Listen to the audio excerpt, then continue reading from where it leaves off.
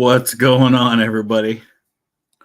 It is that time. We're going to go right into it here. So I started a bunch of questions that people were asking in the chat over the last couple of hours, including all of our super chats. Just up front, going to tell you, typically these Q&A streams that I do end up getting inundated with super chats. So I apologize in advance if you ask a question and it's not a super chat and I don't see it, because I usually have a hard enough time keeping up with those. So I'm going to try to keep this moving as best I can. But excuse me, I'd like to interact as much as I possibly can. So I'm going to try to do as much of this as possible.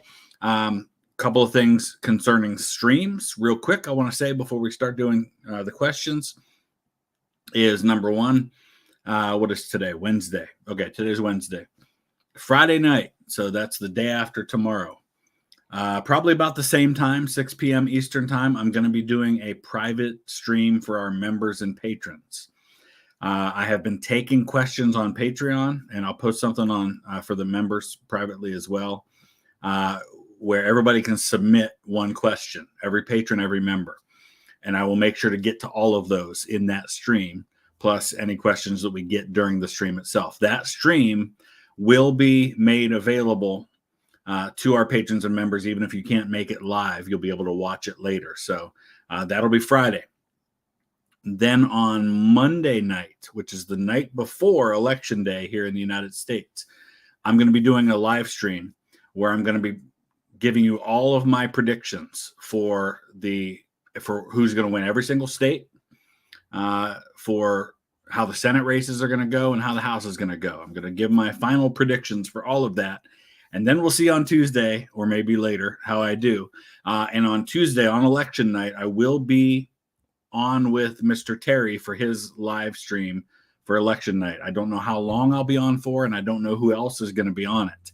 I know he has invited some other people as well. So I'm thinking that there'll probably be others. So just be watching for that. I just got a text from JD, the History Underground. He said, the fact that you have 48 super chats before it even starts is stupid. I don't think it's 48. I have 19 starred, but maybe there's more that I haven't seen yet. But yeah, it usually gets pretty crazy. But thank you. And I really appreciate how much support we have in all of that. I've got a lot of other things as we're doing the Q&A that I'm going to update you guys on about plans for 2025 and beyond, as well as some things I'm doing here pretty soon, even in the next couple of weeks. So I'm going to update you on as much of that as I can. And as always, I'm going to try to plan as many meetup opportunities as possible, including some here locally in Ohio, Pittsburgh, different places. So with all of that in mind, let's get into as many of these super chats as we can, as well as I starred some ones that weren't super chats as well that I saw showing up. So I should raise myself up a little bit here. There we go.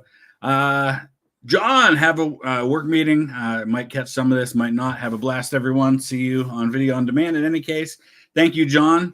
John and I have gotten to spend some time together. He was in Italy with us last spring. We're doing Italy again this coming spring. And we also got to meet in Gettysburg. So love John. He's a great guy. Ohio sports fan too. Crypto, thank you. Hypothetically, if you were elected president, who would your VP pick be, past or present, and your cabinet and the specific jobs they'd have? Well, first of all, if it was me, I don't have a lot of experience in government. I was once elected to school board. But so I'd want somebody who had some experience, like a governor or, something like that. Boy, that's such a deep question. I think maybe what I'll do, Crypto, is a specific video dedicated to covering that topic. Just like kind of doing a whole video on that. Because I could take half the stream just trying to answer that. So I hope that's okay with you. Have ever heard of Caleb Dilworth? He practiced law with Lincoln. I've heard the name. I couldn't tell you that I know much about him. Boy, that really takes up a lot of space on the screen, doesn't it? Is there a way to make that smaller? There's got to be a way to make that smaller, right? That seems like a really lot of space being taken up by that. I don't know why that is, because I've done this before and I've never had this issue. All right, let's see. How can I make this smaller? Oh, I know why. Because I normally do it differently. I just got to figure out how I want to do this. So bear with me, guys. I am an expert, I swear.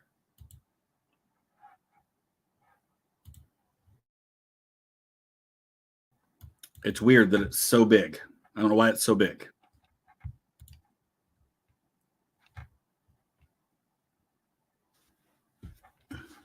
Getting late in Prague, someone said.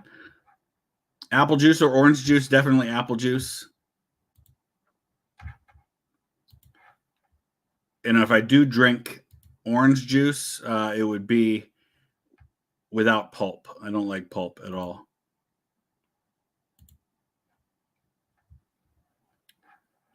I feel like they've maybe changed this a little bit, because I don't remember the chat being that huge on the screen.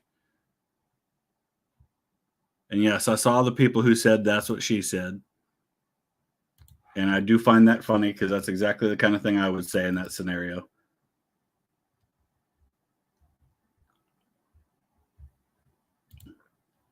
So maybe I'll just keep answering questions while I'm trying to figure out how to make the chat bubble not so big on the screen.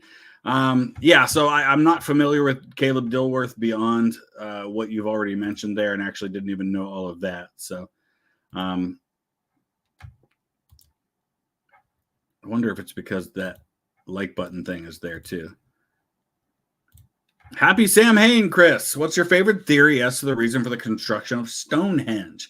That's a great question. I think probably something to do with the calendar, though, because we don't have written records for these people, kind of like what we see up in, like I was in Orkney and we saw some incredible standing stones up there that you could actually walk right up to and touch. Of course, I'm going to be in Ireland in a week and a half, and I'm going to be seeing some Neolithic sites there as well. And I think, honestly, because they didn't leave written records, we just don't know. They could have had something to do with some ancient religion that we're not familiar with. I think it's probably a combination of calendar or sky related, but also that then blending into whatever deity they believed in or whatever they worshipped. When are you reacting to Metatron's fascism vid? The one that he shouts me out in? Yeah, it's coming soon. Probably in the next week or so, I'll be getting to that. And I definitely want to do Epic Histories videos. What I have to do with Epic History, though, is that I have to record those a few days in advance, because there's often, I don't know who Epic History uses for their music, but it's not any of the standard music licensing services that I use and have memberships for. So I often get dinged for music copyrights with Epic History videos that I have to kind of sort out and edit out and things like that. So I will do it, but I have to do it at a time when I'm recording a couple days ahead, which I will be doing next week, because I'm going to be recording videos for while I'm gone in Ireland. So everything says he is a Christian. I assume you're referring to me. Conservative, but probably will vote for Harris. No, I will not. I've said repeatedly that my intention at this point is to not vote for either one of them. And honestly, I'd prefer if the running mates were the candidates. I would rather be choosing between Waltz and Vance than between Harris and Trump. Yeah, so I'll have more to say about that during my election prediction stream. Have we released any information about my trip to Belfast yet? Yeah, so I can tell you the dates for meetups. Still working on the locations. I actually, some of you may have seen, I put out a question about that on the community post a couple hours ago. But November 12th, which is a Tuesday night, will be when we're doing a meetup in Belfast. I'll be in Belfast Monday and Tuesday, going back to Dublin on Wednesday. So Tuesday night, probably 6 p.m. to 8 p.m., something like that. but I'm working on the place. It's going to likely be probably a local pub of some kind in central Belfast somewhere. I've been asking for ideas on that. What I'm really looking for is something where we can go and just be very casual, and there's space for people who might show up, that we can just kind of hang out and talk, and I don't have to like put in a request ahead of time for space and things like that, but that it's a place that is public and we can just come, and hopefully it'll be nice enough weather that we can even like hang out outside of the pub if we need to, things like that. So November 12th, Tuesday night in Belfast, November 14th, which is Thursday night in Dublin, same thing. And it's again going to be probably somewhere fairly close to the center of the city. I'm doing an event at Trinity College that day, but that's closed to the public. That's only for students. But then that evening, something in Dublin. So I will announce the exact places sometime before I go to Ireland. But if you are planning to come and meet me, at least now you know about where and when. So hopefully that's enough for you to plan, and then I can give specifics as we get a little closer. Given that we are less than 1 week before the presidential election, you have to call your shot. That will be Monday night on my live stream. I will give all of my detailed predictions. Ian, unfortunately, yes, I was watching Rangers versus Aberdeen. Rangers are a mess right now. They're actually doing decent in the Europa League, but dang, what a mess they are in fact, I'm checking to see an update right now. Last I saw, they were down 2-1. Just not good. And then my Columbus Crew lost last night, which was not good either. That was really unexpected.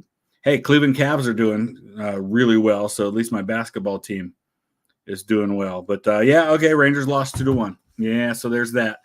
Speaking of, I will have something to say about an upcoming visit to Scotland to see some football coming in February. So I'll mention that when I get to talking about my schedule for 2025 here in just a little bit. If I could witness any historical event, what would it be? Awkward potato. That's awesome, by the way.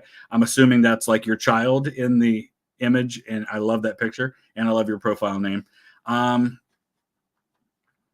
Some of you may argue this is not a historic event, depending on whether you believe it actually happened. But as someone who believes it is a historic event, for me, it would be the death, burial, and resurrection of Jesus. So yeah, for sure.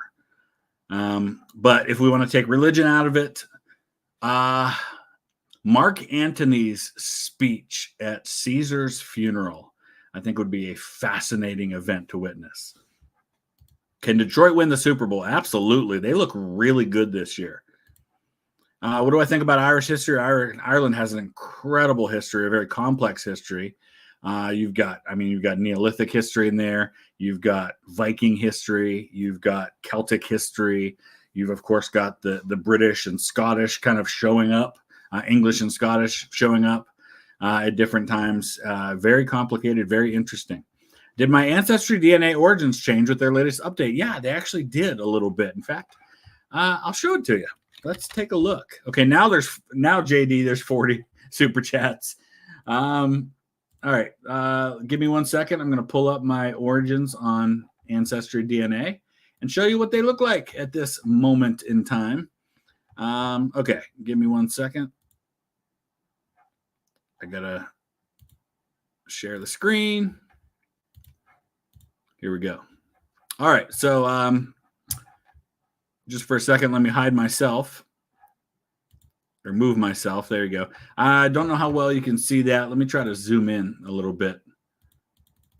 So there we go. That'll make it a little easier to see. So here's my DNA as it shows up now with the origins, and it definitely did change. My Irish DNA went up. My Scottish DNA went down. I'm still heavily England and Northwestern Europe is primarily. And that's not to say that is an accurate depiction of who my ancestors are. I inherited an unusually high amount of my parents' English DNA as opposed to other DNA that they have, which can absolutely happen. 10% Scottish, 5% Germanic Europe, 3% Sweden, 2% Nigeria, 2% Denmark, 1% Benin and Togo, 1% Cameroon, 1% Finland. So there you have it. just to give you an example of how this can be different depending on what you inherit, I'll show you. So here's this is my maternal grandmother. So 25% or so of my DNA comes from her. Obviously, it can be slightly different depending on how much of her DNA my mother passed to me. But hers is 53% England and Europe, 16% Germanic, 13% Scottish, 10% Welsh. And you notice I got 0 Welsh in mine, specifically Northern Wales. And that's actually really interesting because I don't know specifically where the Northern Welsh DNA comes from. I have a pretty good idea that it comes through my Hughes line, but we haven't been able to trace them specifically to an immigrant ancestor yet. 5% Denmark, 3% Sweden. And then my maternal grandfather, I can show you his. His is also 50% England, Northwestern Europe, 23% Scotland, 12% Denmark, 6% Wales. And again, so I didn't get Wales from either of my grandparents on that side. 6% Ireland, 2% Cameroon, 1% the Balkans. That's really random. So, so that gives you a little bit of the insight into what it looks like. And it did definitely change. Today was a perfect day in Northeast Ohio. Yeah, I actually, Spooky Boy, thought about doing this stream outside, but I didn't have time to make sure my wireless mic was charged with the dead cat, so I didn't have to worry about wind and all that stuff. But if the weather's still nice Monday night, I may do the prediction stream outside. We'll see. But yeah, it's a beautiful day. We've had a really, really nice October. It's been sunny. Like, listen, if you're not familiar with Northeast Ohio, we don't get a lot of sunshine here. We're one of the least sunny places in the United States. And we have had a ton of sunshine in October. I mean, most of October has been sunny. So it's been beautiful. Robert, I'm curious if I am third cousins 15 times removed. Wow, you're really far down the line, aren't you? From Reverend George Burroughs. And Reverend Burroughs is the 6th great-grandfather of Walt Disney. Yeah. You would probably be 9th cousins 9 times removed, which is really weird that you're that much further down the list or down the line than Walt Disney, like that many generations. But yeah, I mean, it's certainly possible. But yeah, you're definitely related very distantly. Robert, extra history and early Christian schisms, definitely. In fact, I'm going to be doing some more extra history soon. Shout out to Extra History. They're so great. They've been so supportive, as most channels have been, of all the reactions I've done to their content. And to say thank you, they actually sent me a link to be able, I guess they have a calendar coming out with all kinds of historic events and things like that on it. And they sent me a link to get one free, including shipping free. Gave me codes for shipping and for the calendar itself. So when I do the next Extra History series, I'll put a link to that calendar. So if anybody wants to order one, and they didn't ask me to do that. They just sent it to me. They just said, here you go. There was no strings attached. There was no, hey, could you tell people to order this? It was just, here you go. It's just something I'm going to do because I want to say thank you to them. Am I interested in Cold War, specifically Korean War? I'm getting there. My great uncle, my grandpa's brother, the grandpa that I just showed you, his brother was in the 15th Infantry Regiment, 3rd Infantry Division during the Korean War. Fought on the front lines, was a rifleman. Headquarters Company, 15th Infantry Regiment. So yeah, I've been trying to learn more about his service. He was there 1950, 51, 52. So from that standpoint, yeah. Lavater, I still have to ask him how that's pronounced.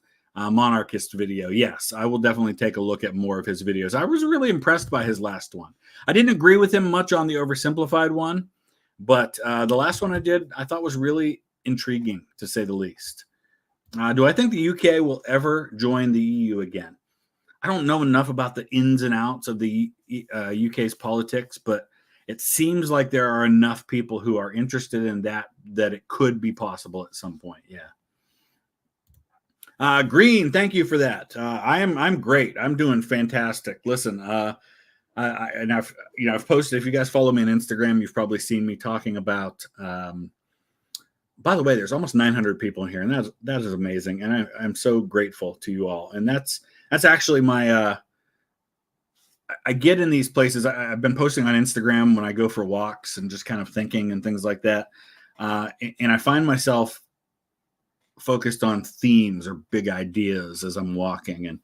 And all week this week, my word has really been gratitude and just thankfulness.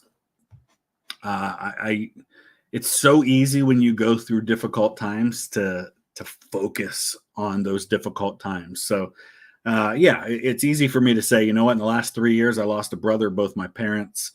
They were my grandparents, but they were biologically my grandparents, but they raised me. They were my parents. Lost a brother, both parents got divorced, have moved twice. It's been a lot. And I could focus on that and probably get really depressed and really angry and really down. And that wouldn't do anybody any good, especially not my kids. So my focus is on gratitude because I have so much to be thankful for. I have you guys. I have this amazing community that has given so much to me, that has allowed for me to do what I love, which is to talk about history, to travel to historic sites, and to always be learning, but to also pass on that knowledge to other people. I've gotten to be on the History Channel a couple times now, and I'm going to talk about that here in a minute because the next appearance on the History Channel is coming up in just a couple of weeks. I can finally talk about it because they're advertising it. I'm healthy. My kids are healthy. They're great kids. They're brilliant. They're all smart. My needs are met. I can't complain. I really can't. I have nothing to complain about. And yeah, I complain and I make videos about YouTube censoring history and things like that. But please understand that in the context in which it's meant, which is, you know what? It's frustrating and it sucks. And I think it's annoying. And I think it can be detrimental to the study of history. But in the grand scheme of my life, it really doesn't matter that much. So anyway. Could you explain the red mirage and blue shift that occur during election nights? I'm not actually familiar with those terms, but what I think you're probably talking about is the fact that when you watch election returns come in on election night, very often first of all, if you're not familiar with it, in the United States, when we talk about red, we're typically talking about the Republicans. And when we say blue, we're typically talking about the Democrats. And so the red areas, which are typically more rural, typically more conservative, their votes tend to get counted quicker for whatever reason. And so what happens is, and this happened in 2020 in Pennsylvania. Pennsylvania is a state, if you basically imagine it almost like with a T in the middle, although there's some spots. Basically, the entire state of Pennsylvania is very heavily Republican in terms of land area, just like the United States is. Pittsburgh over in the bottom left corner, Philadelphia in the bottom right corner, Erie to a lesser degree up in the top left corner, and then State College, Center County, which is right in the center of the state to a lesser degree, are the little blue areas, and they tend to come in last. And so with Pennsylvania, for example, it looked like Trump was winning Pennsylvania in 2020. And then all the Philadelphia votes came in at the end. And of course, that led to people saying, well, they found out how many votes they needed, and then they found that many votes in Philadelphia. Whereas it's really just, a matter of how the votes end up coming through. So you have to be cautious of that on election night, because it can appear as though someone is winning when it's really just because, and they try to cover that on the news, right? They show you where the votes are in and where they're outstanding. And you can go to like the New York Times website and see the same stuff. And they use their needle to determine who's going to win. And they base that in part on how the returns are coming in from different areas.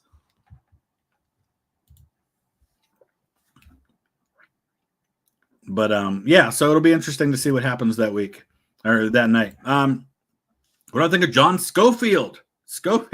I hate how he put himself in for the Medal of Honor. went after George Thomas. Listen, everybody put themselves in for the Medal of Honor. Sorry, I'm just catching up on some messages here. I don't think that Schofield was out of turn. I think a lot of people were doing that. And a lot of people played politics after the war. I mean, a lot of those medals of honor were given out in the 1890s. That's when Chamberlain got his for Gettysburg. It's when Sickles got his for Gettysburg. So a lot of that was going on. The Medal of Honor didn't have the same significance or the same criteria then that it has now. Let's see here.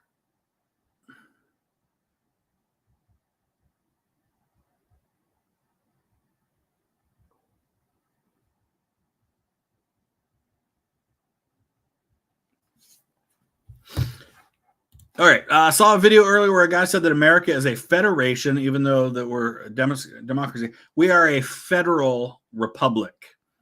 And what that means is that we are, I mean, a federation, I guess, technically is true, but it's not typically referred to that way. We're a federal republic, which means that we are not a straight democracy, which is why, for example, we don't directly elect our president. We hold 50 statewide elections to elect our president because that's part of being a federal republic, is that we're made up that way. Mexico is also a federal republic, and a lot of places are.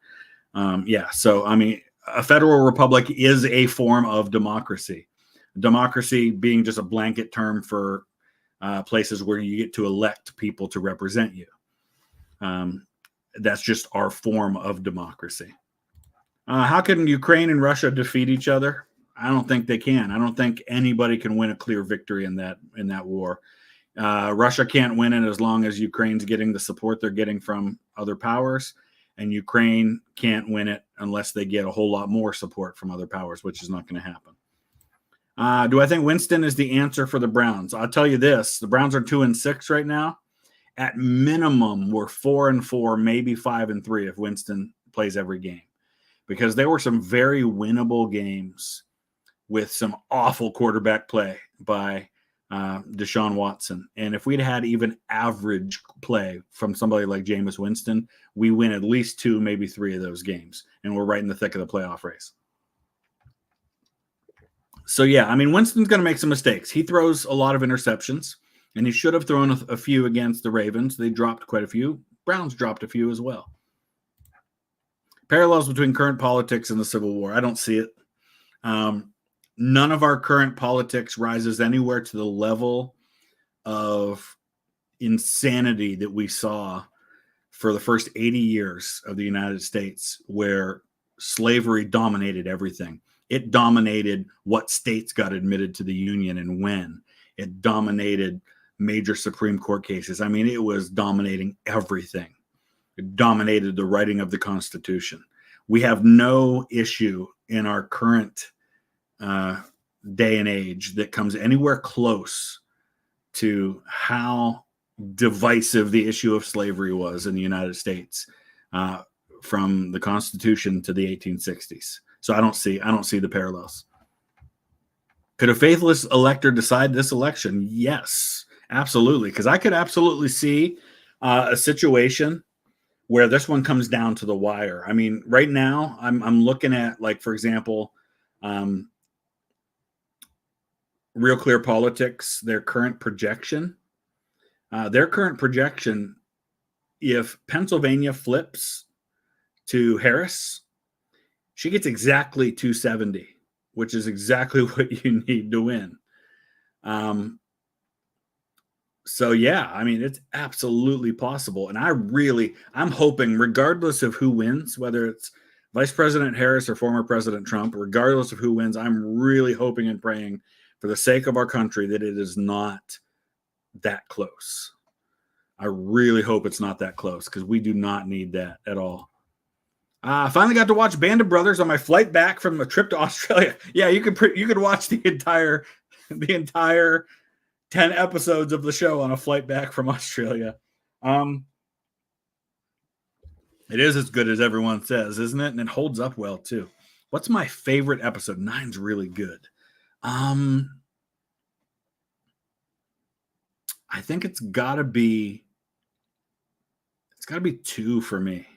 I mean, the Normandy invasion and Breakcourt Manor. I got to go to Breakcourt Manor, and thanks to Eric Dorr from the Gettysburg Museum of History, who was with us on our tour when we were in Normandy, he brought the Distinguished Service Cross that Dick Winters was awarded for Breakcourt Manor on D-Day.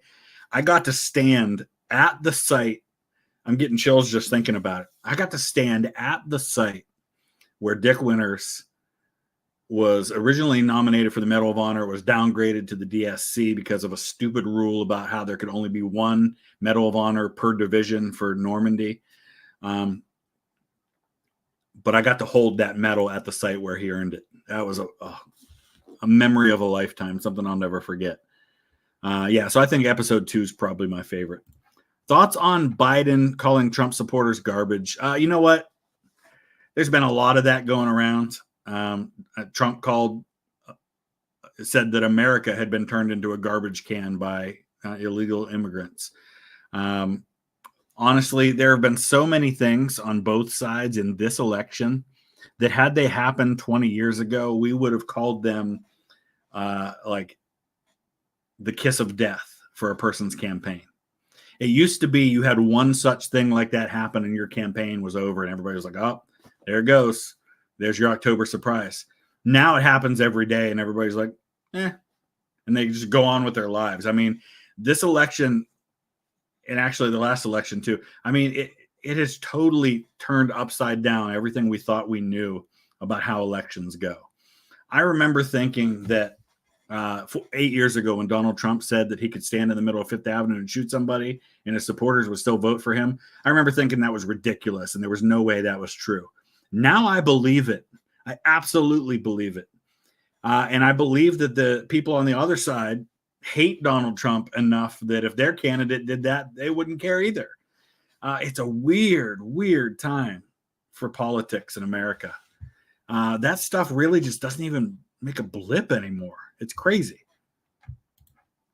Opinions on Bush Jr. being the worst president ever? No, not even close. Not even close. He's not even in the realm of that conversation.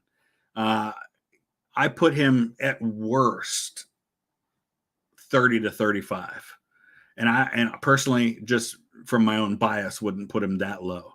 No, not even close to worst president ever. I mean, he's not even the same realm as the Franklin Pierce and James Buchanan and Andrew Johnsons of the world. I mean, there's like infinite gulf between his presidency and people like that. Hello. Got some strange question based on our last video. How do I think the U.S. party system would develop in the Kaiser Reich timeline? Interesting. So if you're not familiar, Kaiser Reich timeline is a timeline. It's a alternative history. It's very popular with Hearts of Iron 4 players, for example, in which the Germans and the Central Powers win World War I. I think probably less of an impact on the U.S. party system, though maybe the Republicans do a little better in the decades where you have the Democrats kind of coming on the scene in a strong way in the 30s. I can definitely see it having a strong impact on British and French politics. I could see France going socialist 100%, maybe even the British. Okay. Hello from New Orleans. Hey, I was just there, Steffi. I learned a little bit about Jean when I was in New Orleans this summer, and I'm definitely hoping to get back to New Orleans. I want to do some content related to the Battle of New Orleans. I did film some stuff in New Orleans, like at the World War II Museum and at the Confederate Memorial Hall that I'll be uploading here at some point. But I want to do some stuff on the Battle of New Orleans. Really cool battlefield. It was really awesome to be there. But no, I don't know much about him, but that would definitely be a story that I would cover in a video about the battle if I go back to Chalmette battlefield. Favorite character on the West Wing besides Bartlett? Ooh, oh gosh. I've been watching a lot of West Wing clips the last few weeks. I want to go back and rewatch that entire series now that I've actually gotten to hang out with Martin Sheen and found out what an amazing human being he is. beyond him, it's got to be his. It's got to be his chief of staff, right? I mean, he was fantastic. Oh gosh, I'm drawing a blank on his name. Give me a second here. He ends up the vice presidential nominee, and then he died.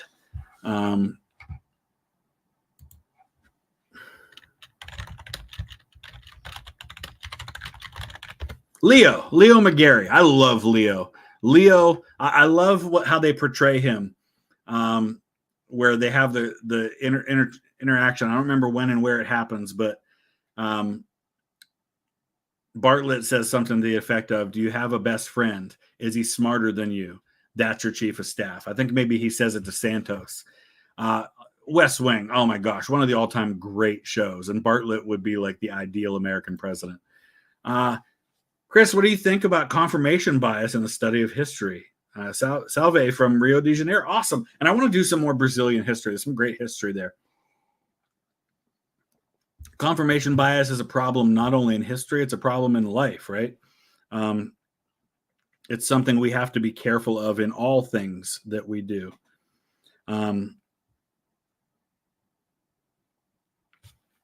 We have to be cautious that our bias doesn't blind us to the truth. And that's why I think it's super important that we intentionally seek out sources that we might on the surface disagree with. So for example, the video that I did the other day where I took a look at the video saying that Austria-Hungary was justified in invading Serbia. If you'd asked me a week ago, I would have said that's ridiculous. No, there's no way. That was aggression.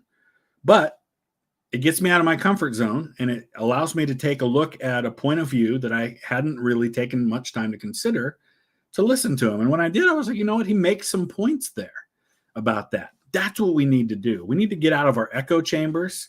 We need to stop only following people on Twitter that we agree with and that we like.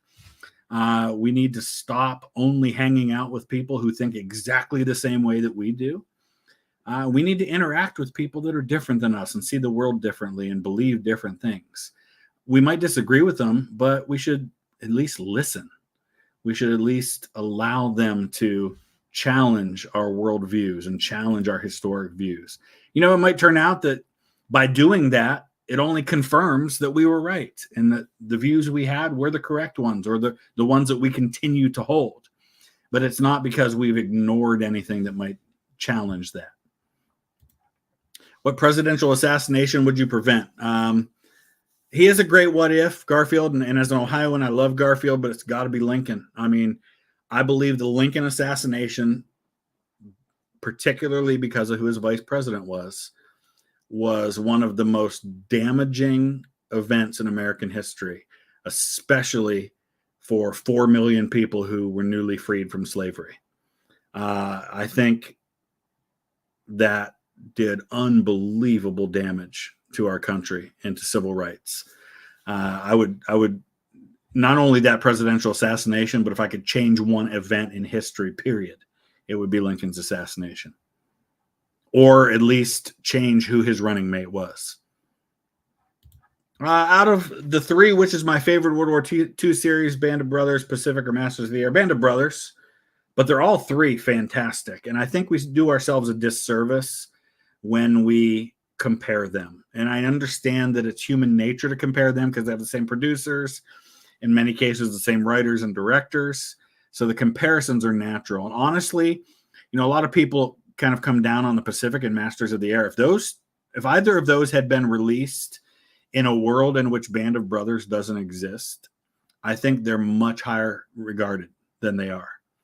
I think it's because of the comparisons to Band of Brothers that they are seen in a lesser light than they otherwise would. I think they're all three fantastic. And I would love for us to add something in the naval warfare, maybe like a series on the crew of the Enterprise. I think that would be fantastic. I would love to see something like that.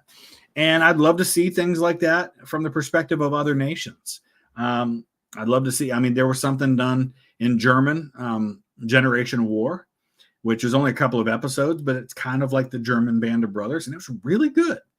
I'd love to see something like that on some British guys. I mean, we get some of that, right, with things like SAS Rogue Heroes, for example, which is really fun, by the way. So I love that kind of stuff. I talked about this with Matt Leach on his podcast the other day, which he was in Band of Brothers. He was Talbert in Band of Brothers, about how that really opened up a whole new world of us focusing on stories of people that otherwise we maybe never heard of. Because instead of just talking about the generals and the big division movements and army movements, we're talking about a company. And that's why the book that I'm writing on the 20th Ohio, it's going to be called Trumbull County Boys. It's focusing on one company, 134 men who served from the fall of 1861 until the summer of 1865, and just telling their story. None of those 134 men have any of us in this stream probably ever heard of. I hadn't heard of most of them before I started researching them, and they were all from my community, other than my own ancestor who was a part of that unit. So many stories that can still be told that haven't been told. What do I think about Poland militarizing and setting their military spending over 4% GDP? Yeah, you know what? I mean, the U.S. spends so much on our military budget because we are spending a lot of our money to help protect our allies. I understand Poland being where they are, in proximity to Russia and Belarus in particular, feeling like they need to do that. I get it. I do. What is my favorite book of the Bible? Fantastic question. I've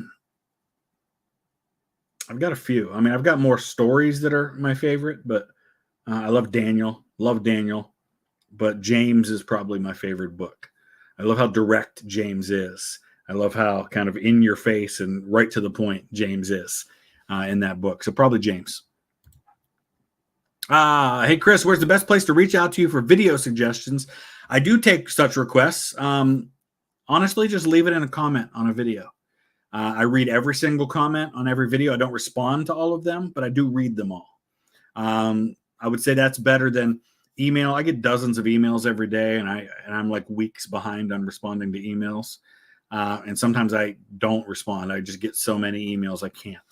And I'm working on getting more help with that, with those kinds of things.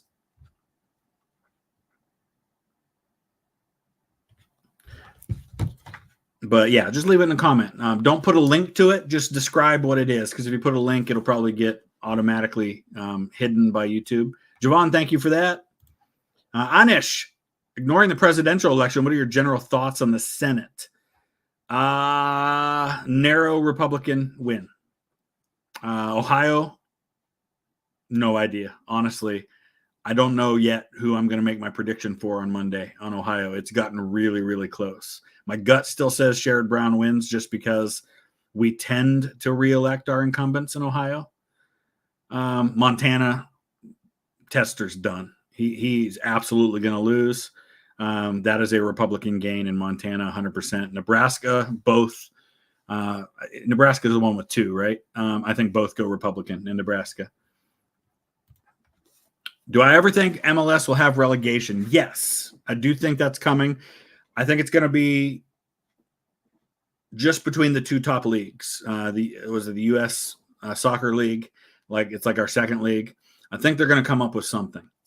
I don't know what that's going to look like, but at some point I think we have to do that, and I think it will happen. If you could have an Old Testament figure, patriarch, prophet, king, etc., for president, which one would you vote for? Ooh, fantastic question. I'd go with Samuel the prophet. Big fan of Samuel. I think he'd be wise, but also practical. If you go back before 1800, where would you choose the location? What job would you do, and how long do you think you'd live if disease couldn't kill you? Before 1800, I would live in Birmingham, England, because that's when the Industrial Revolution is really kicking off, and that was the heart of the Industrial Revolution.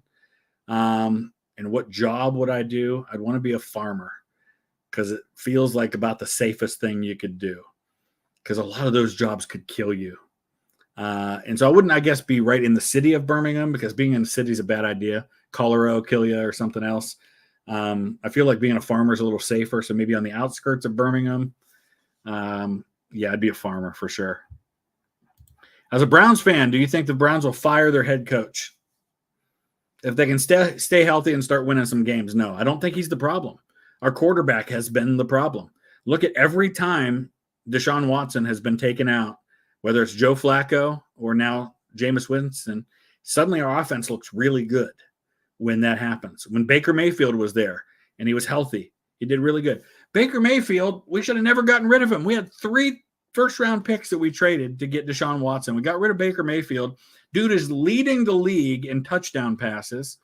He's completing 71% of his passes. He's second in the league in yards passed. I think he's only like 8 yards out of first place behind Geno Smith in total yards. He's doing fantastic. Oh, so frustrating. And I really liked him. He was the perfect personality for Cleveland. Thoughts on who's NFL Rookie of the Year in the Hail Mary? If you're talking about the Hail Mary the other day, yeah, I did see it. NFL Rookie of the Year has probably got to be that quarterback in Washington, right? Daniels, is that his name? Yeah, I think he's probably the Rookie of the Year. I'm trying to go through these as fast as I can, guys. I'm a half hour behind already. So if I'm ever do a reaction on the Reconquista, yes, that is definitely a topic worth talking about, Ray. Thank you for that. That's definitely one I'm gonna talk about at some point. Tim, opinion on the president of Argentina. Honestly, don't know anything about the president of Argentina, unfortunately. Not something that gets talked about much in the U.S. Honestly, as much as I like to be up on history, I don't follow the news a whole lot. Like I read it on my own on the internet, but I don't watch the news on TV. So I really don't follow a whole lot except kind of the major stories of what's going on in the world. Marty, thank you for that. Eat them up. When an establishment is liberal, the youth swings conservative. Do you believe in this sentiment? Yeah, and I think even it's a generational thing. I am fairly conservative. My daughter's pretty liberal. But then again, my sister's liberal, and she's only a couple years younger than me. But I think it does seem like it goes back and forth. But by and large, people tend to skew more conservative as they get older. Though I personally found myself getting slightly less conservative as I've gotten older, which is kind of interesting. Thoughts on West Brom's performances at the minute? Not great. Oh, it's been rough. I mean, of course, now we got some injuries, which is not helping us. Yeah, it's been rough. Can't score at all. Gonna have to do something in the transfer window to beef up our scoring ability, or shake up the lineup and go with 2 strikers or something. I don't know. It's bad right now. A couple more of these real quick, and then I want to switch gears and just tell you what's coming up with the channel and with some of my travels and things like that. Who drinks the pub out of booze faster, Hooker, Sickles, or Grant? Hooker. I don't know that Sickles was a really heavy drinker. Grant wouldn't make it that far. Even if he did drink, he couldn't hold his booze. So after the first drink, he'd be done. I mean, he'd be out for the count. He wouldn't. Speaking of which, I'm drinking my own favorite little invented concoction here, which is it's about that much Fireball and that much apple cider, and it tastes fantastic. I would say Hooker. All right. Before we continue, and I'm going to try to stream as long as I can tonight, at least 2 hours, I'm thinking, tonight. So if you do a super chat or you do a question and I don't get to it while you're on and you need to go, this will go live later on the channel. You'll be able to watch it later. So I will get to your question. I'm about a half hour behind on the questions right now. But I just want to just real quick tell you about some things that are coming up that are kind of interesting. Number one, if you go over, and I think it's still up. In fact, I'm going to go ahead and go there myself. Oh, Mr. Beat is streaming right now. All right, we got a competition here. We both have 1,100 people watching. So we got to make sure we beat Mr. Beat on the stream count here. Interesting. That's pretty cool that we're both streaming the exact amount. So, okay, real quick, let's go over and I want to show you guys something. If you go to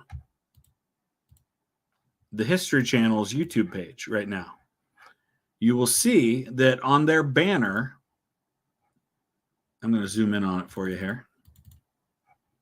On their banner right there, you see Unbelievable with Dan Akroy. New season premieres. And am I having a little trouble with my connection at the moment?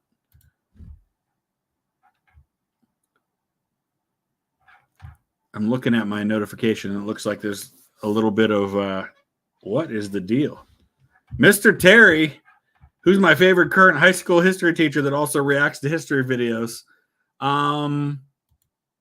Darn it. I wanted to come up with a different answer, but I couldn't think of anybody else who does that, so I couldn't even give you like a funny answer to that. Yeah, it's a bit laggy. I don't know what's going on. I've never really had lag issues. I did on a private stream I did recently.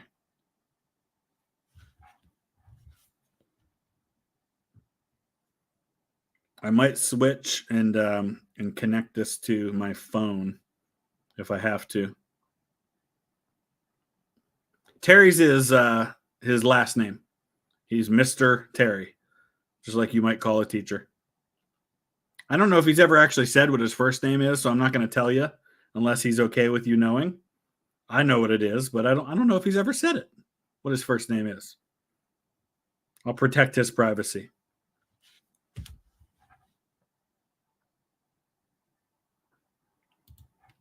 But anyway, oh gosh, wow. That's so weird.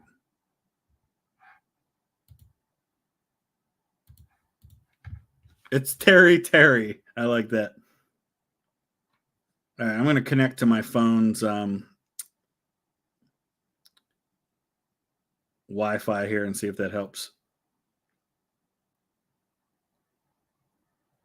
Mr. Terry. I like that.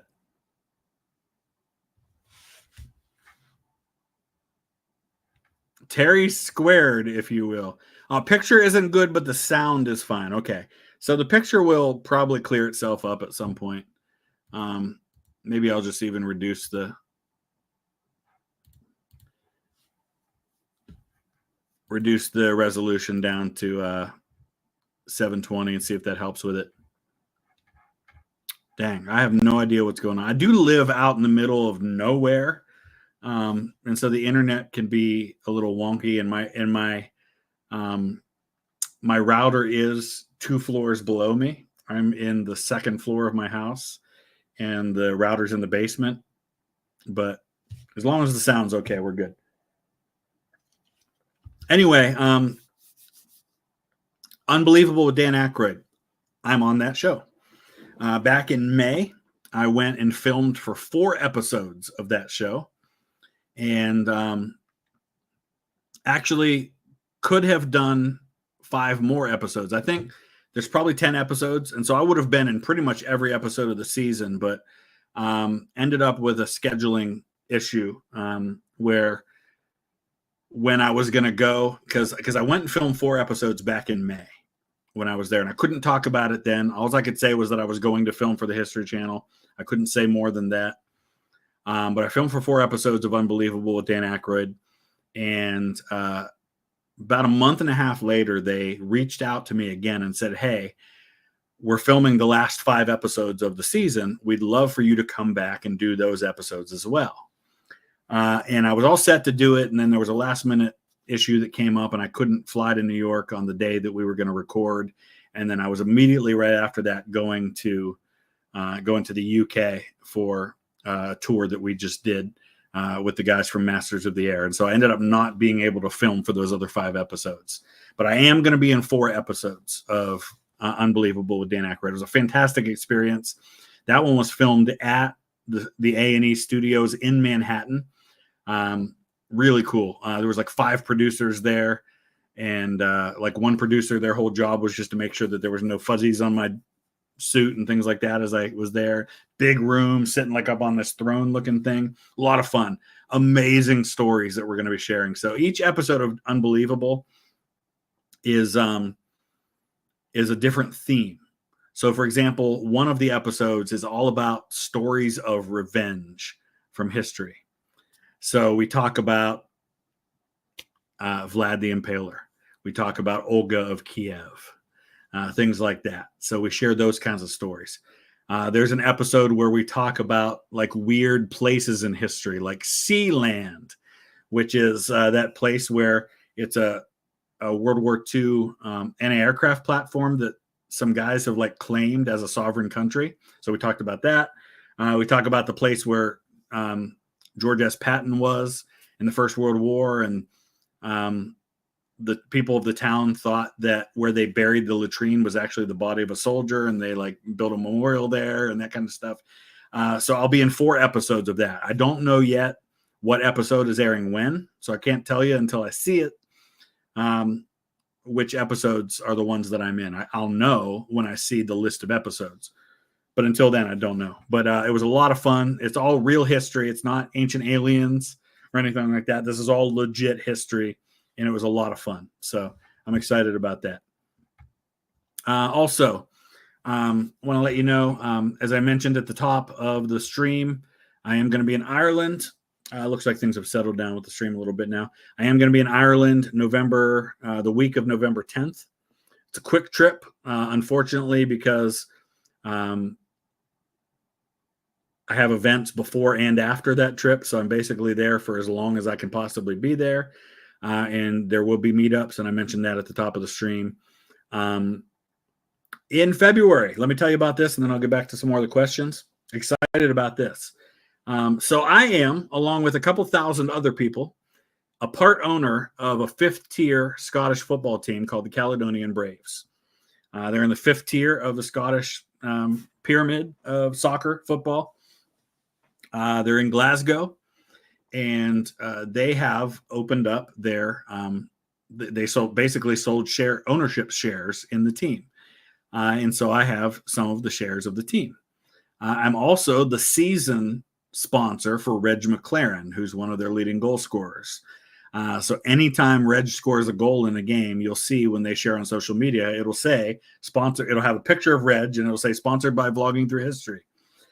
So that led me to thinking, what would be a lot of fun is if I went to Glasgow and I attended a game for this team that I'm a part owner of and made a video about the history of the team and the history of football in Scotland.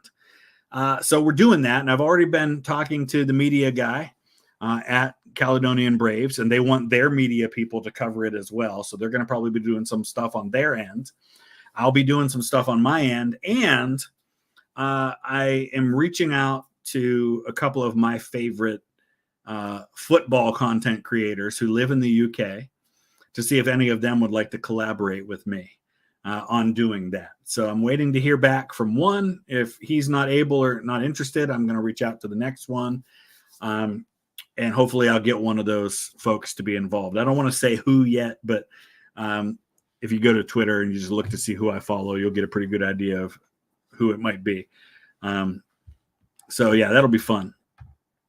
So yeah, that's going to be happening. And they'll be covering some stuff on their end. They'll be posting some stuff on their socials about my visit when it happens.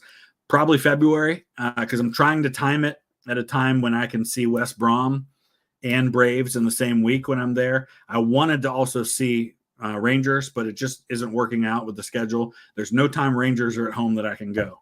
So that's probably not going to happen yet. Yeah, so that's happening in February. I'm also in February going to be going to the Show of Shows. I know JD will be there from the History Underground. I have this growing collection of memorabilia, particularly from World War I, but from other things as well, that is going to very soon need its own museum to put in. I got some really cool stuff this week.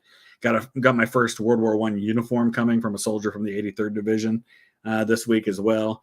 So I'll be going to the Show of Shows in February. So if you're interested in that, it's in Louisville, Kentucky in February. I will be there. I would love to meet you while you're there. Professor What, take care. In January, I'm going to Italy, January 4th through 11th with my sister. So that'll be fun. My sister and I taking a little brother-sister trip. And then March, going to Egypt. That's a group tour. Be in Egypt for a week. That's going to be a lot of fun. I'll document as much of that as I can for the channel. April, there are 2 group trips, and the links are in the description. Plenty of spots available for both of those. Italy, Rome, and Florence. Incredible history there. We've got, I think, 16 or 17 spots still available for that one. If I don't get some more bookings soon, I'm probably going to cancel that trip. We need to start booking some people on that trip. And then at the end of the month, going to Berlin, Dresden, Bratislava, Prague, Vienna. Really excited about that trip. And both trips, the links are in the description where you can book a spot. I think it's like $500 to book your spot on one of those trips. You can pay the rest later. So those are all coming up. I'm going to be in Appomattox for the 160th anniversary of Lee's surrender. And then in May is the Gettysburg Film Festival, and I'll tell you more about that when we get a little closer. So, all right, let me get back to some more of these questions. Will I ever do reactions to videos on Spanish history, such as colonialism or the Civil War? Absolutely, and I want to get to Spain as well. I'm hoping that sometime in the next year or two, we'll be able to get to Spain. Do I think there's any hope for China to become a democracy? Could they ever play nice with the West? Yeah, I think that's absolutely possible. I think it all depends on competing interests, right? And if you get to the place where China's interests line up with that of the West, then absolutely they'll play nice. I would never say never to anything. Would I have said 100 years ago that the world would look like it does today? Not a chance. Micaiah, thank you. I appreciate that. I'm going to fly through these as fast as I can, guys. How do I feel about listing sources? Should it be on the video or in the description? Here's how I feel about that. I'm fine with people who do that. I don't think it's necessary. Do you see a listing of sources at the end of a TV documentary? I mean, sometimes you might, real quick at the end, flashed up for a half a second. But for the most part, when we're dealing with entertainment, when we're dealing with the visual medium of history, sources don't typically get listed. That's more in the print medium. That's more in books and journals, academic journals, things like that.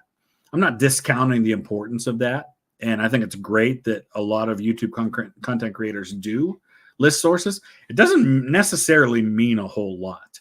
I mean, look at that crazy video on Lincoln as the tyrant and America's first dictator. He listed all kinds of sources and completely misrepresented all those sources.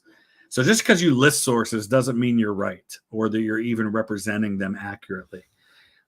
So that's how I feel. I don't think it's that big a deal on YouTube just because I don't think that that's the medium where that's a huge priority. I think others would probably disagree with that. My friend Cypher, the cynical historian, would probably have very strong opinions on that, but he's an academic. He's got a PhD in history. He's very much about the academia side of things. That's not who I am at all. Howdy from Texas. How's it going, JZ Gamer? Could you please give a brief explanation of the Gilded Age, 1870s to 1890s? There is a lot of corruption there because it's very heavily. So this is after the American Civil War.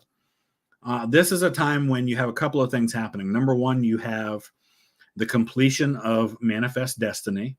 So you have the Plains Indians Wars. You have basically the solidifying of American control of the West. The last of Native American tribes are being pushed onto reservations. You have the Transcontinental Railroad, which is connecting the Atlantic and the Pacific. And so with that, you have a lot of growth and you have a lot of immigration happening. So you have all of that going on. You have what we call the robber barons. You have the first billionaires and insanely rich people.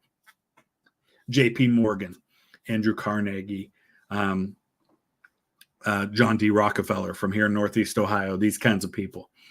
And with that money then carries a lot of influence in politics. And so you get a lot of corruption because of money. You also get a lot of corruption because of what we call the spoils system, which is where when you get elected president, there are thousands of government jobs that you get to fill as president. In particular, some really juicy ones at places like the Customs House of New York, which is the main source of revenue for the federal government. And so there's a lot of corruption in giving those jobs to cronies. And so a big political issue is when guys start cracking down on that corruption, when presidents start cracking down on monopolies. And so you have antitrust legislation and things like that. You have immigration legislation. So these are all the main kind of dominating issues of the Gilded Age. I hope that is a decent explanation in 2 minutes or less. Thoughts on election interference, denial of this election? It's going to happen. It's going to happen on either side, probably more likely if Trump loses. But yeah, unfortunately, that's one of the reasons why I say I really hope, for the sake of our country, no matter who wins, that it's not that close. Because if it's not that close, then those allegations carry less weight and they're taken less seriously because they matter less. So I hope we don't have to deal with that. Any interest in Western esotericism? A lot of interest. Not really. I tend to not get too much into those kinds of things. It's just really not. I mean, everybody has their interests, and that's just not one for me. Do I think Harris will win Pennsylvania? I think Pennsylvania is going to decide the election. I don't know who's going to win Pennsylvania. Honestly, I don't think any of us are going to know on election night who won Pennsylvania. But I think Pennsylvania decides this election, and I think it could go either way. It's going to be super, super close. You're my favorite YouTuber, Connor. Thank you. I appreciate that. Going through a tough time yourself. I'm sorry to hear that, but I hope things get better for you, Connor. I really do. Razil's Legacy. Always see you in the chat. Appreciate that. Name of a good author or authors on the Civil War. McPherson's a great author on the Civil War. It depends on what you're looking for. And there's nothing wrong with them being heavily biased. So, for example, Shelby Foote. He comes at the Civil War from a definite Southern bias. It doesn't mean that his books are factually incorrect. In fact, they're really good reads. As long as you understand when you're reading it that he's coming at it from having been born and raised in the South in the era of Lost Cause. He's not blind to it, though. Like, he is the first one to say there was zero chance the South could ever win that war. And that in and of itself flies in the face of a lot of Lost Causers who believed that the South could have won the war. So I wouldn't discount just because they're biased. But I think Shelby Foote is really good. I think McPherson's are really good. Chernow's biography of Grant is phenomenal. Doris Kearns Goodwin's book on Team of Rivals on Lincoln is really good as well. But honestly, it just depends on what your focus is. Like, do you want to read on particular battles? Do you want overviews of the entire war? Those kinds of things. Bruce Catton has a great series on the Civil War that's really, really good, and I think it's stood the test of time as well. American Nerd, thoughts on the concept of Utahism? I'm sure Mr. Terry probably has something to say about that. He's a Utah guy. The ideology to redraw the borders of the U.S. states to make the states more representative.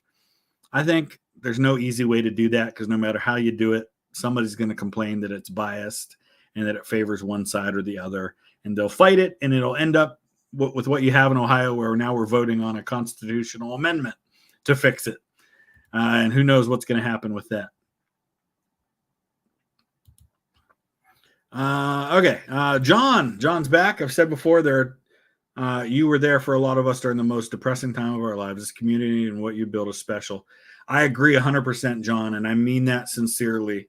And I've said this before. When I started this channel, what I absolutely never expected was the community. I didn't really think about that part of things. Like I didn't realize that the community would be such a special thing that I would come to love so much.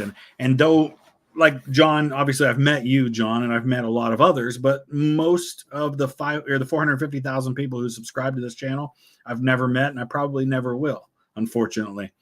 But with that said, even through the chat, like some of you, you're here so often and you're such an active part of this community. Even if I'm not reacting all the time to your comments on videos and things like that, I absolutely do see them. And I do feel a sense of getting to know you guys a little bit. And I love that. And I hope that you feel like you know me. And I hope, and I think John hopefully would be the first one to tell you guys this, that what you see on the screen is who I am. I mean, there's no persona here. Like, I'm not putting on a show for you guys. I try to be as real and as honest and as authentic as I can possibly be. And I legitimately do absolutely love when I get to meet people when I'm out, and it happens in weird places. I was a couple weeks ago at my local Walmart, and I was buying something in the electronics department, and the guy who was ringing me up, I could tell he was looking at me kind of funny. And you can usually you can see that view that like they recognize you and they're processing it. And he's like, "Are you vlogging through history?" And I'm like, "Yeah." And we talked for a minute or two. Later on that night, he commented and said, "Hey, I would have talked to you longer, but I told you I was busy because I didn't want to bother you." And I'm like, no, it's totally fine. And I mean that sincerely.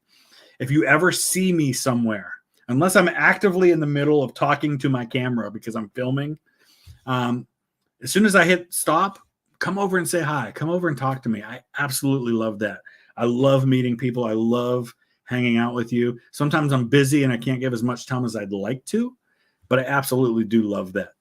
And it's a lot of fun. And it's funny because when I'm with people, they roll their eyes. And my kids have gotten used to it now, and they kind of laugh about it.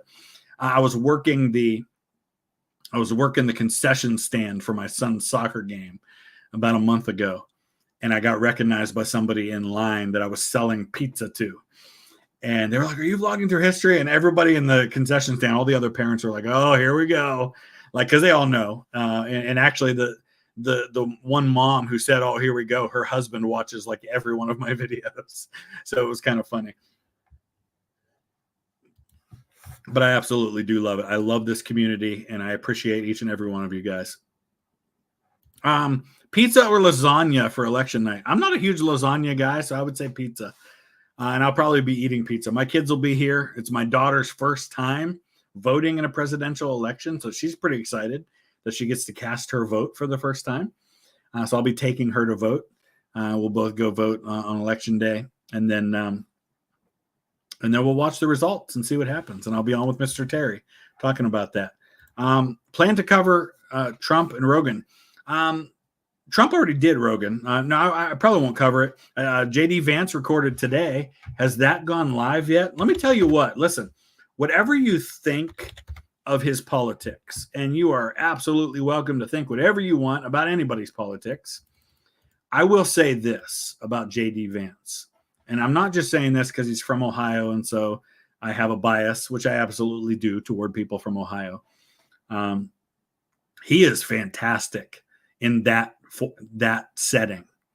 I watched a couple of his other podcast appearances. He's great at it. I mean, he's like as good as anybody I have ever seen in politics in that setting. I think he seems less comfortable on a stage at a political rally. But he is so down to earth. And maybe it's just because I'm from Ohio and so I can relate to him because he seems like one of us, you know, but he's really, really good. And I think it was a huge mistake for Kamala Harris to not go to Texas and be on Joe Rogan's show, and to allow JD Vance to take that slot instead, because I think that's going to do a lot of good for them, because I think Vance excels in that format. He really does. So I would definitely watch. Walt's played Madden on Twitch. I did see that. I haven't watched it yet, but I did hear about it. But Vance was on, who was the Theo Vaughn podcast I watched. It was so good. It was really, really good. And what was crazy about it is he's dropping F-bombs left and right. And, you know, a generation ago, a politician would never have done that. Not so casually over and over again, but he does. He seems very comfortable with that. Actually, you know what? I think there's a lot of truth to that, Jinx. I think it was, and I like Tim Walz. I think he's a likable guy. I do think it was a mistake for Kamala Harris to not choose Governor Shapiro of Pennsylvania, especially as I think it's going to come down to Pennsylvania. And if she narrowly loses Pennsylvania in an election she otherwise would have won, I think there's going to be a lot of second guessing her not choosing Josh Shapiro as her running mate. What's the name of the History Channel show I'm on? It's called Unbelievable with Dan Akroy. And the first episode airs here not too long. That's my sister. Oh my gosh. My sister is here. I just told you guys that my sister and I are going to Italy in January. And there she is, my only sister. I am her favorite older brother. Just saying. I am also her only older brother. But yes. Can I talk about how awesome she is? Thank you, Danielle. I appreciate that. I will tell you how awesome my sister is. First of all, she's a respiratory therapist at Cleveland Clinic, which is one of the top hospitals in the world. And she works in one of the most important parts of that hospital. She has treated some really, really, really famous people in her time there. Can't talk about it. She can't talk about it because there's patient confidentiality. She's excellent at her job. She is an amazing athlete. At one time held the hammer throw record at Youngstown State University. She was all state in high school in the discus. I got to be there to watch her throw. Fantastic shot and disc thrower, hammer thrower in college as well. Way better college athlete than I was in track. And she and I played, we are the exact same height. And so I think when she was like 13, she caught up to me in height, and we've been the same height ever since. And we would play basketball a lot outside. And she would kick my butt because she was really good at basketball. She was on the high school basketball team and really tough. And I'd get a lot of elbows to the chest from my little sister playing basketball. So yes, I'm very proud of my sister. And I'm excited about our brother-sister trip to Italy here in, gosh, what, like 6-7 weeks now? Oh my gosh, it's crazy. Maybe 8 weeks. Also, General Sickles sucks, in my opinion. I will say he was one of the better political generals. The best political general was John Logan, by far. Sickles was decent. He was better than most of the political generals. And by that, I mean the guys that got their positions because they were politicians, especially Democrats, rather than career military guys. I'd take Winston. I'm a Jets fan. You want to talk about top 10 torture of all time? Yeah, not going so great right now with Aaron Rodgers, is it? What's your favorite song? Mine is anything by Creedence Clearwater Revival or Don't Cross the River by America. I have a lot of favorite songs. I love music. I would say right now. Sorry, I'm just reading reading a message I got, a private message I got.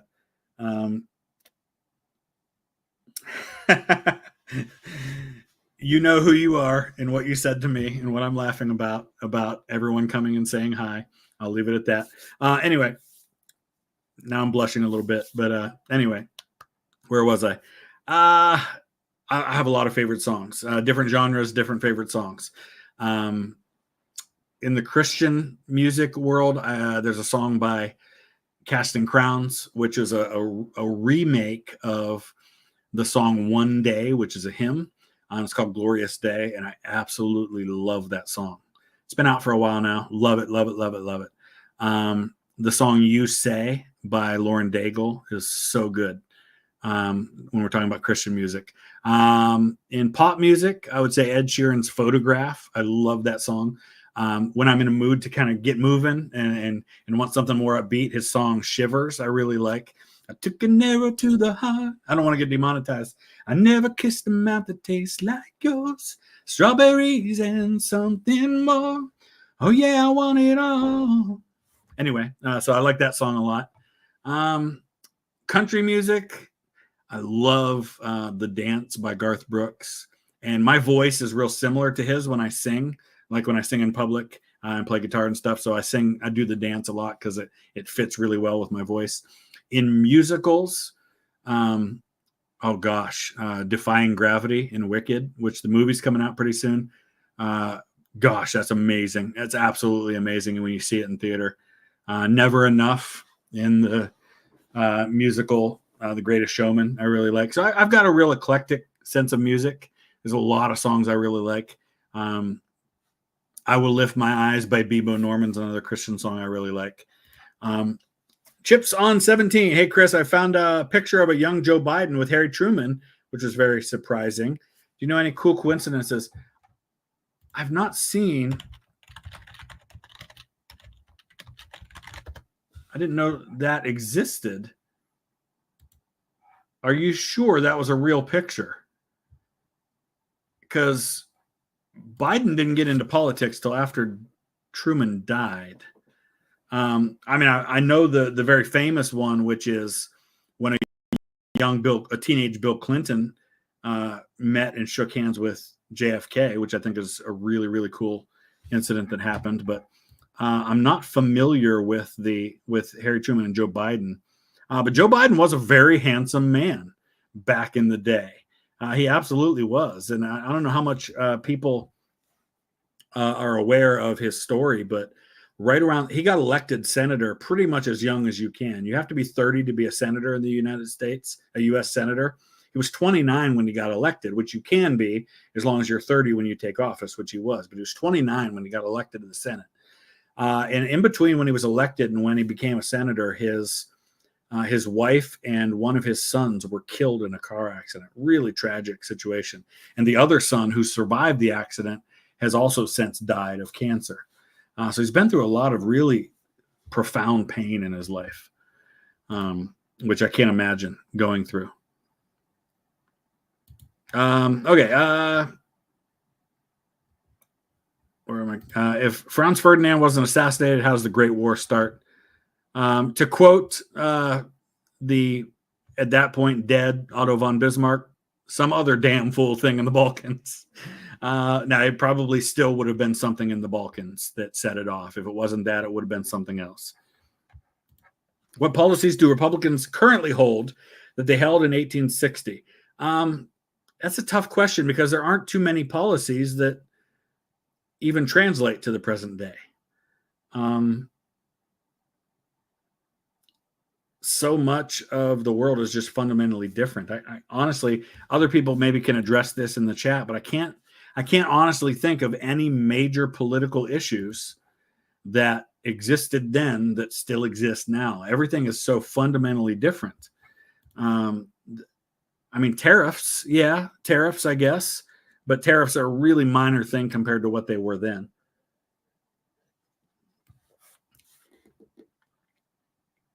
There was no flip. I just did a video on this the other day. There's constant evolution. There's no day at which there was a party switch where Democrats became Republicans or Republicans became Democrats. If that's the case, then by definition, wouldn't Franklin Roosevelt be considered a Republican today? And you see how silly that sounds. Obviously, the Republicans aren't going to say, yeah, we identify with Franklin Roosevelt in the 1920s. No, that's crazy. It's not a flip. It's not a switch. It's an evolution that is constantly happening and will continue to go.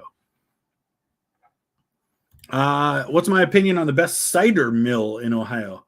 I've actually never been to a cider mill. Right down the street from where I live is a place called White House Fruit Farms, and they make their own cider and a lot of their own other things. And it's very, very popular in this area.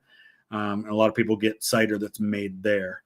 But I've actually not really, surprisingly, considering that I've been to 48 states and I've been to 15 countries or something like that. I don't remember how many countries I've been to.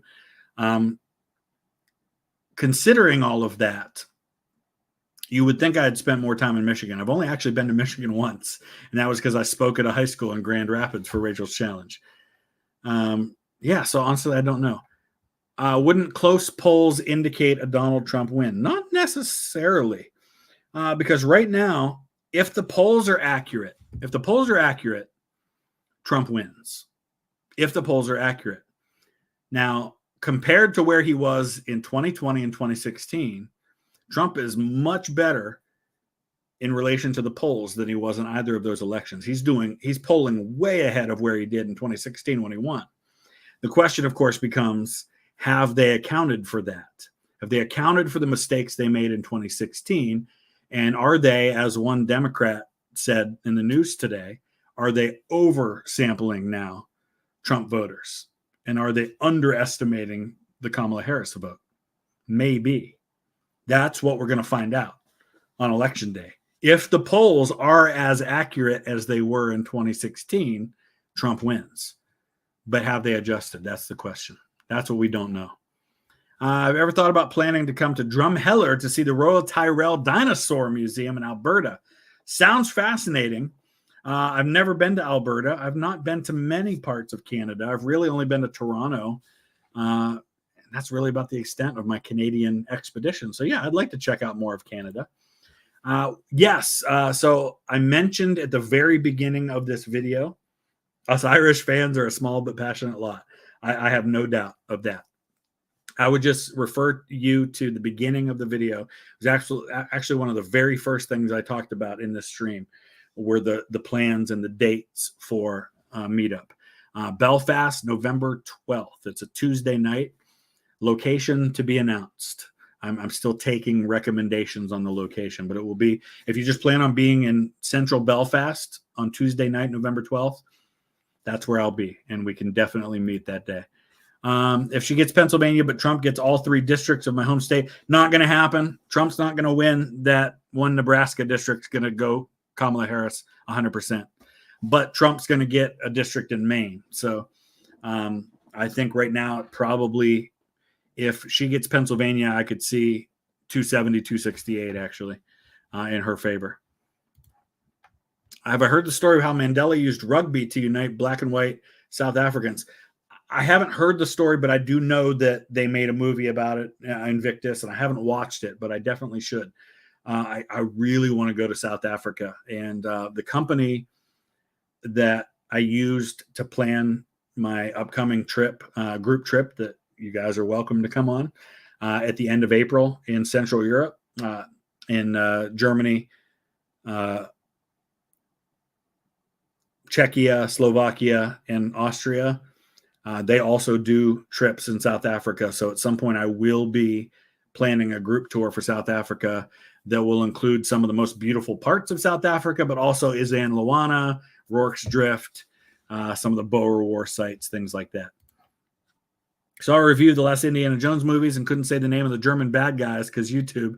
So he called them the YouTube Party. Interesting. I thought the last Indiana Jones movie was good. It was way better than the one before it, The Kingdom of the Crystal Skull. I wouldn't put it quite on the level of Raiders of the Lost Ark or The Last Crusade, but it was good. I really enjoyed it. I enjoyed it a lot. Who's my favorite of Napoleon's marshals? I talked about this during that video. I want to say it was Davout, but I can't remember off the top of my head. But if you watch my video on my series on Napoleon's marshals, I definitely talked about which ones I considered to be my favorites. And maybe, you know what, there's probably somebody in the chat who remembers better than I do which one I said was my favorite at the time. Time for some World Series watching. Go Dodgers. Suchet, yes, Suchet's a good one. Go Dodgers. I hate the Yankees. West Brom currently running 5th in the championship. Yeah, my prediction, of course, it was said before West Brom went on this long streak of not winning that we're currently on, but we're still only like 3 points out of promotion. I'm going to stick with my predictions, though. The 3 teams that will be promoted this year will be Sunderland, West Brom, and Leeds. I'm sticking with my promotion prediction. Would I do some Finnish history? Yeah. And I want to go to Finland at some point. I actually almost married a girl who was Finnish. Her grandma was her great-grandparents. Both of her grandma's parents were born in Finland. And I did a lot of research on her family tree in Finland. So really, really cool history that Finland has for sure. My 14-year-old daughter recently got home from a school trip to D.C., a rite of passage. Yes, Yes, it is. I love the tradition. I absolutely love it. When I was in 8th grade, we almost didn't get to go. So when I was in 8th grade, it was 1991. 91 was my 8th grade year. And the Gulf War was going on. So we had this trip planned in the spring of 91. And there was a lot of talk that we weren't going to go because our nation was at war and people didn't know what was going to happen. And then we won the war so fast that everybody's like, all right, it's over. We're fine. We're good to go. And then they actually drew names of among our 8th grade class. And 2 of us got to, there were actually 4 of us that were part of the wreath laying ceremony. And then 2 of us got to be the ones who actually walked out to the tomb of the unknown soldier to lay the wreath. And it was me and a girl named Lisa Neal. Fun fact, by the way, me and Lisa, I saw somebody post this, and I hope you don't, I hope you take this the way I intend it. I'm not trying to be conceited in saying this. I went to a really small high school that doesn't really have any famous people from it. Like I had 88 in my graduating class, and that was a big class for my school. But I saw somebody post something a while back. It was a question on social media, and it said, who is the most famous person from your high school? And I got to thinking about it, and I realized that with 450,000 subscribers, I think it's me, which is really weird that I could be the most famous person from my high school. Now, I will say this.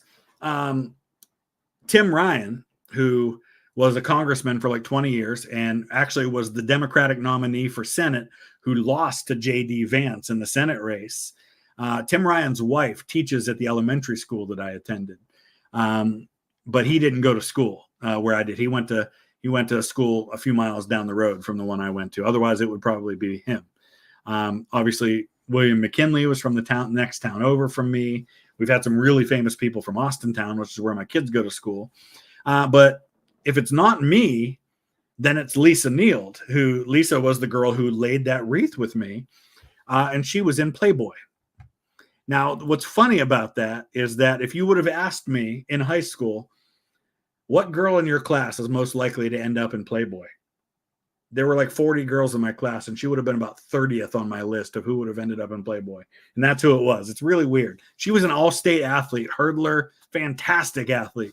I never would have saw that life from her, but good for her. I mean, she obviously loves it and has embraced that life. So good for her. Curious on your opinion of the 1876 election. Do I believe we'll ever know who truly won?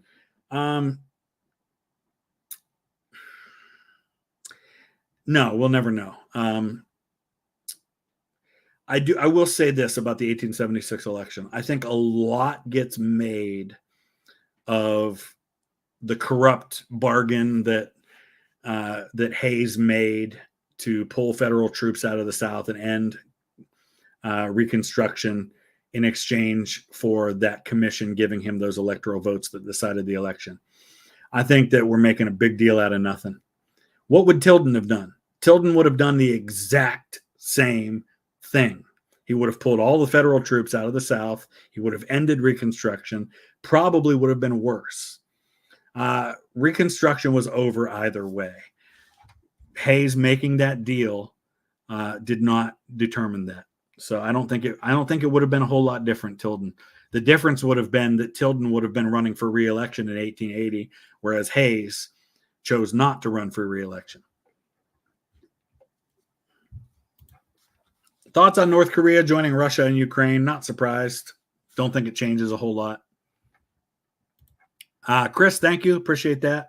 I am an hour behind on the super chat, guys, so I'm gonna try to go really, really fast on these. So I apologize if I don't spend a lot of time on your question. In a previous stream, I said democracy wasn't the best for every country. I don't even know if I wouldn't say that it's not the best. I think it is the best form of government. I think it's always better for people to have a say. I don't think it works necessarily in every country as they stand. I would love for every country to work toward democracy, but in some places with their culture, with the way they do things, with what they're used to, with what is effective, democracy would not work right now. I think they would have to spend decades working toward that. So I think that's all I meant by that, was that I just think culturally speaking, democracy just doesn't work as well in some places as it does in others. And they're going to tend to default back to whatever does work and whatever they are comfortable with and used to. Back in the back in the day, mudslinging was the only directed at the candidates. Was it though? Oh, slinging at the voters. Okay, I see what you're saying. I wouldn't say it's only directed at the candidates. Andrew Jackson's wife was heavily targeted in the elections in the 1820s. But yeah, the idea of slinging it at the voters is an interesting idea. And I think it's really unwelcome and unhelpful to do that. And unfortunately, it does happen. And then you see that trying to be walked back. President Biden called, Trump voters trash in response. And I get why he was saying it, in response to some awful things that were said at that Madison Square Garden rally. But it didn't do him any favors to do that, no matter the context. It doesn't help, because it gets spun as he just called a bunch of Americans trash. And then Trump responded with something, again, about trash today. And I don't think that stuff's helpful at all. And you see Tim Walz and Kamala Harris trying to walk that back a little bit and say, listen, no, I would never. And Josh Shapiro was even on trying to walk that back and say, listen, I'm not going to call people trash. You can have differences of opinion in politics without resorting to insults and name calling. I don't think that's ever helpful to do that. Longtime viewer, wanted to say thanks for keeping you interested in history. I appreciate that. Could I see either party in the near future disband? No. Too much money. Too much money involved. I've seen so many times in the last 20, 30 years where an election went really heavily for one side or the other, and everybody was like, that's it. That's the end of that party as we know it. Everybody was talking 10 years ago when Obama was winning that all the Republicans are just a regional party now. They're just the party of the South, and that's it. And then Trump comes along and wins Michigan and Ohio and Pennsylvania, and states that Michigan and Pennsylvania that hadn't been won by Republicans for a few elections. And people say that stuff, but it never means that. There's too much money and too much influence for either of those parties to go away. If you could have a discussion with any of our presidents, living or not, and only have time to discuss one topic, who would you choose and what topic? Wow. I would talk, and I've talked a little bit about this before. I would talk to Theodore Roosevelt, and I would ask him about the day that he wrote in his journal, "The light has gone out of my life." He was, I think, in the New York State Assembly at the time, and he came home to a house where his wife died on one floor and his mother died on the other the same night. Lost his wife and his mother the same night. Wrote "The light has gone out of my life" in his journal. I would love to talk to him. I know that has nothing to do with politics or any of the fun stories from his life. I would love to hear how he got through that. Who did he turn to? Was it faith? Was it a person? Was it meditation? Was it journaling? Was it going out west and getting his mind off it? How did he deal with that? How did he overcome that in his life? And then again, later on in his life, to have his son killed in the First World War. Well, all of his sons were over on the Western Front at that time. I'd love to know more about that. Should the Browns cut Watson and incur the dead cap? Yes, 100%. We need to eliminate Deshaun Watson as a factor, because as long as he's on the roster, you're going to feel like we're spending too much money on him to have him on the bench. He has to start, no matter how much he tanks our season. So no, he needs to go. Aberdeen 2-1. Yeah, I know. Rangers are a mess right now, an absolute mess. They need to fire their coach and start over. We need to get Steven Gerrard back. Things were going well when we had him. Would you agree the abolishment of the Electoral College and the election of the president solely by popular vote? No, 100%. And no, I disagree that other countries do that. The UK doesn't do that. UK doesn't elect their head of government by popular vote. The head of their government represents a party that got like 30% of the vote in this election. but that was enough to get them a majority of seats in Parliament. No, 100% against the Electoral College. We are a federal republic for a reason, and it's not going anywhere. Regardless of whether I think it should or shouldn't, it's not going anywhere. You will never get 3/4 of the states to agree to a change in the Constitution that would eliminate the influence, what little influence many of those states have. They just won't do it. And the Interstate Electoral Vote Compact is 100% unconstitutional. The Supreme Court would throw that out in a minute if it ever tried to take effect. Bush 43 was horrible. Having his brother to rig Florida, disagree. He didn't rig Florida. Bush won Florida. There's zero evidence that any other outcome took place. And as far as Iraq goes, everybody looked at the same, albeit flimsy, evidence of WMDs, and they all signed off on it. It wasn't just Bush. Did he push for it? Absolutely. Was he wrong to push for it? Absolutely. But he didn't lie about Iraq. The authorization for the use of military force was overwhelmingly voted on by people from both parties who saw the same evidence that he did. Katrina was not handled well. But no, I don't think he was a horrible president. And I will die on that hill. Favorite Irish revolutionary. No, you know what? Not a story I'm familiar enough with, but that's definitely something I'm going to come home from Ireland knowing a lot more about. So ask me again in about a month. Or when I'm in Ireland, I might try to do a live stream while I'm there if I can. Why most people think this election is the end of the world. Everybody says that. It's recency bias. People say that about every election. This is the most important election of our lifetime. And they'll say that again in 4 years, and 4 years after that, and 4 years after that. It's not. It's absolutely not. This election has no semblance of being the most important election in the history of our country. We've had some incredibly consequential elections that have determined huge things. This is not one of them. It's just recency bias and overreaction. Favorite obscure American Civil War battles that many people don't know of. Actually, yeah. The Sultana incident I will be writing about in my book because some of the guys in the unit that I'm writing about died on the Sultana. So I'm interested in researching that a little deeper because a lot of guys that were liberated from Andersonville died on the Sultana. But give me 30 seconds. I'm going to go grab a book that I want to show you that I just got that I'm going to be talking about.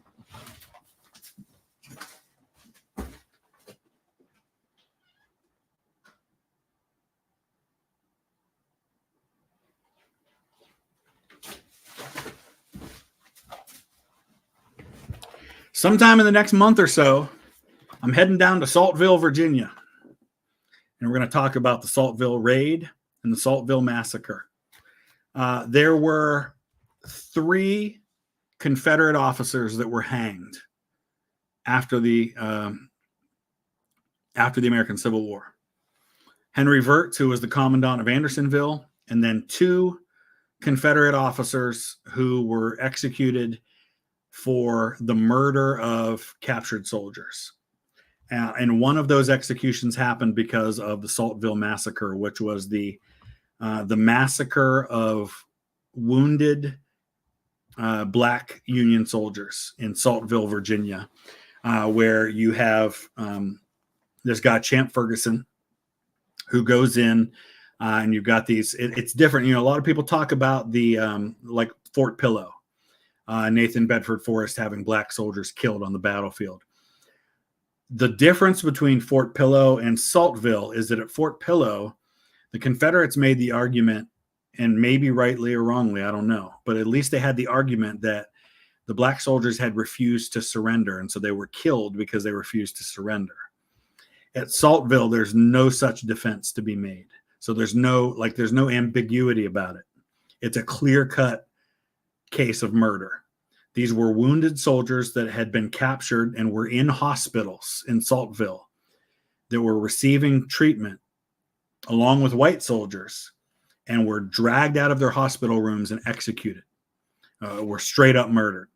And so I'm going to be doing a video about that in Saltville. And one of the reasons I was drawn to that story is because I had 3 ancestors who were in the Saltville raid, who were part of this division that attacked at Saltville. that included these black soldiers. And in fact, one of my ancestors, his son was in the same company, father and son in the same company, and his son was killed during the Saltville raid. 17 years old, was killed in the 40th Kentucky Mounted Infantry. So that's one for me. All right, let's see where we're at here.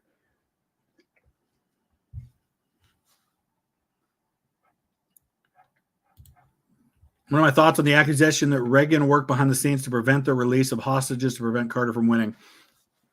I've heard that, and I once thought there was some merit to it, but as I looked a little deeper into it, it didn't seem quite so cut and dry. I don't think it was as nefarious as it sounds, but I'm open to being wrong about that. I'm willing for people to challenge me on that. And it could just be my bias because I like Ronald Reagan seeping in on that one. Good evening, Angelique. How you doing? You believe the Serbia-Austria video has been one of the better videos this year. Thank you. And I agree. And I don't say that as a compliment to myself. I thought it was a really interesting topic. Here's the deal. Because I do daily content, it can get difficult at times to find videos to do reactions, breakdowns of that are not the same topic that I've done 100 other videos about, but are still something that I'm interested in and have some knowledge of. So when I see something like that come along, and that was actually recommended to me by someone, I love that because it's a fresh look from a different angle and through a different lens, but still on a topic that I know a little something about. And it challenges the traditional thinking, which I think all makes for a really good video. And I thought it was well done. It was well researched. Even if you don't agree with all of his conclusions, I think you have to at least agree that it's intriguing and it's interesting to talk about, for sure. Hope you're doing well, Angelique. The Penguin, thoughts on people saying that people who claim to be Christians and vote for Harris are not real Christians. That's ridiculous. Nah, that's ridiculous. My daughter's a Christian and she's voting for Harris. And I would never for one single second doubt the sincerity of my daughter's faith. No. Anytime you start telling other people, because you are part of XYZ group, you must vote this way, whether it's your religious faith, your race, your socioeconomic background, where you live, that is just ignorant to me. I think that's ridiculous to do that. I would never, ever, ever tell someone you can't be a Christian if you vote for that person. Nah, I hate that. Absolutely hate that. You should also play campaign trail and tank an election as Wilson. I have done that. I absolutely did that. And I was really disappointed when Wilson still won the one time. I tried to beat Wilson and then I tanked it as Wilson. So yeah, those videos have already been made. What's your secret for getting kids and teens to have an appreciation of history? It is tough. You got to find an in. You got to find a way to make it interesting. Find a topic they might be interested in. So in other words, you know what? You want to get a kid interested in history? My son plays soccer. Talk about the history of soccer. Hey, Caleb, did you know that in 1914, during the First World War, there were incidents that were described by Germans and by Allied soldiers of them kicking a soccer ball around in no man's land, maybe even playing some games, depending on what source you read. Yeah. So, and there's a memorial if you go to Messine Ridge outside of Ypres in Belgium. There's a memorial that was placed there by the UEFA president. And there's all these footballs that people leave there. And I bet you'll find one from your favorite team when you go. So that's an in for my son. He doesn't really care that much about history, but he loves football, soccer. And so that's a way to make history connect to what he does love. So find ways to connect history to what they love. And you might find that then they want to know more. And then they might get interested in other topics of history. Juggling, Apollo, thank you. Yeah, when I decided I was going to stream, I didn't know that Mr. Beat was going to be streaming. Unfortunately, it goes that way sometimes. But thankfully, you can watch either one of them later on. You can come back. I think I know my streams stay up for everybody, and hopefully his do too. Can you talk about Subutai at some stage? I think he was the reason that the Mongols are so feared. Yeah, I want to do some more East Asian history for sure. Malik, how's it going? Most overrated historical figures in your opinion? Overrated. Oh, this will be interesting. I'm going to watch the chat because I want to see what other people say about this. Thomas Jefferson, mainly because I hate him. Somebody said Patton. I disagree with Patton, but I will say, speaking of generals in World War II, I will say Rommel. I think Rommel's overrated a lot. I disagree that Julius Caesar is overrated. I think Julius Caesar, if anything, is underrated. Yeah, Richard the Lionheart is overrated. I'm just watching what people are saying.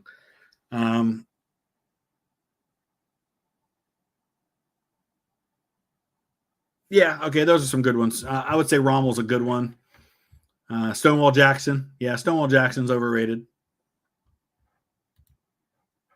Jackson had as many bad moments in the Civil War as he had good ones. Do you think Manziel was a good pick when it happened? Yes. At the time it did, I thought that he was. When did you know you were saved? Interesting religious question. First of all, I would say this. Do I believe there was a single moment? No. Now, can I point to things? Yes. I mean, there was a moment when I was 8 years old that I made a decision to follow Christ. I got baptized at that time. And in my tradition of faith, that's how I believe and how I teach that it's supposed to happen, that faith and baptism are hand in hand, that baptism isn't something that happens as a child and then faith comes later. I think it comes in that order, but it's not something I want to argue with people about. And do I believe that people who are baptized as infants can be Christians? 100%. So I would say, though, that like a relationship, let me put this in terms of a marriage, because the Bible describes the Christian's relationship with God like a marriage. When you propose and when you get married, you are making a commitment. You say vows. You promise to give your life to that person. But you know what? It's really easy at first because you just made that commitment and you're married and you got all the feels and it's awesome and it's amazing and you're infatuated and all that kind of stuff. But as time goes on, love becomes more and more a choice, because there are days you don't really like that person very much, but you can still choose to love them. There are days things aren't going well in your marriage, but you still choose to make your life with that person. I think faith is like that. I think there was a time and place that I made a commitment to follow Christ and to get baptized and to give him my life. There have been a lot of moments since then that I have not been a very good Christian, that I have fallen far short of even my own standard for myself, let alone God's standard for me. But every day I wake up and it's a fresh opportunity to say, I commit today to you, God, and I choose to follow you. That's different from salvation and whether or not, I'm not of the mindset that, if you commit a sin, you're going to hell now. That's not how it works. You'd have to consciously choose to walk away from your relationship with God, I think, for that to happen.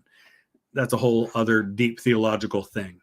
So I think it's a daily choice to follow God, to follow Christ, just like it is to be married or to be in any significant relationship. Filipino, can I ask how regular Americans who study history look at the imperial history of the U.S.? I think anybody who has a decent understanding of that period of history, I think would generally agree that the United States was in the wrong in how it handled the Philippines and how it handled the insurrection and how it annexed the Philippines from the Spanish.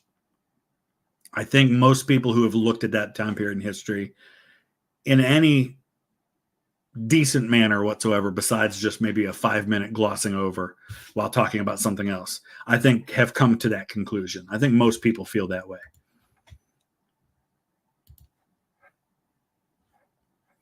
Curtis, thank you for that. Oh, here we go. Modern Josephus, creationist, evolutionist, or combination. I've not been to the Ark Encounter. I do not think that evolution is incompatible with biblical Christianity. I mean, natural selection 100% is the case. How do I feel about evolution over billions of years? Not sure about that.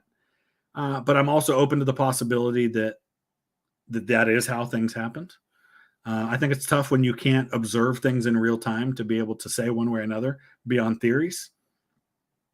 So I would say probably combination of the two. I'm not the kind of person who rejects evolution outright, because I do believe that evolution can still be, and I don't know why sometimes I say evolution and sometimes evolution. I don't think it's incompatible with biblical Christianity. I would like to get to the Ark Encounter. I haven't been there yet. Some good Civil War books to start on. I talked about this earlier. Bruce Catton, Shelby Foote. Those are great writers who come at it from different perspectives that I think between the two will give you both of those perspectives really well. But I would say go back and watch. I talked a little more about that earlier. I mean to do a SC for my previous comment where I also asked about a biographics video on Ben Franklin. Interesting. Yeah, we should do that. We should talk more about Ben Franklin.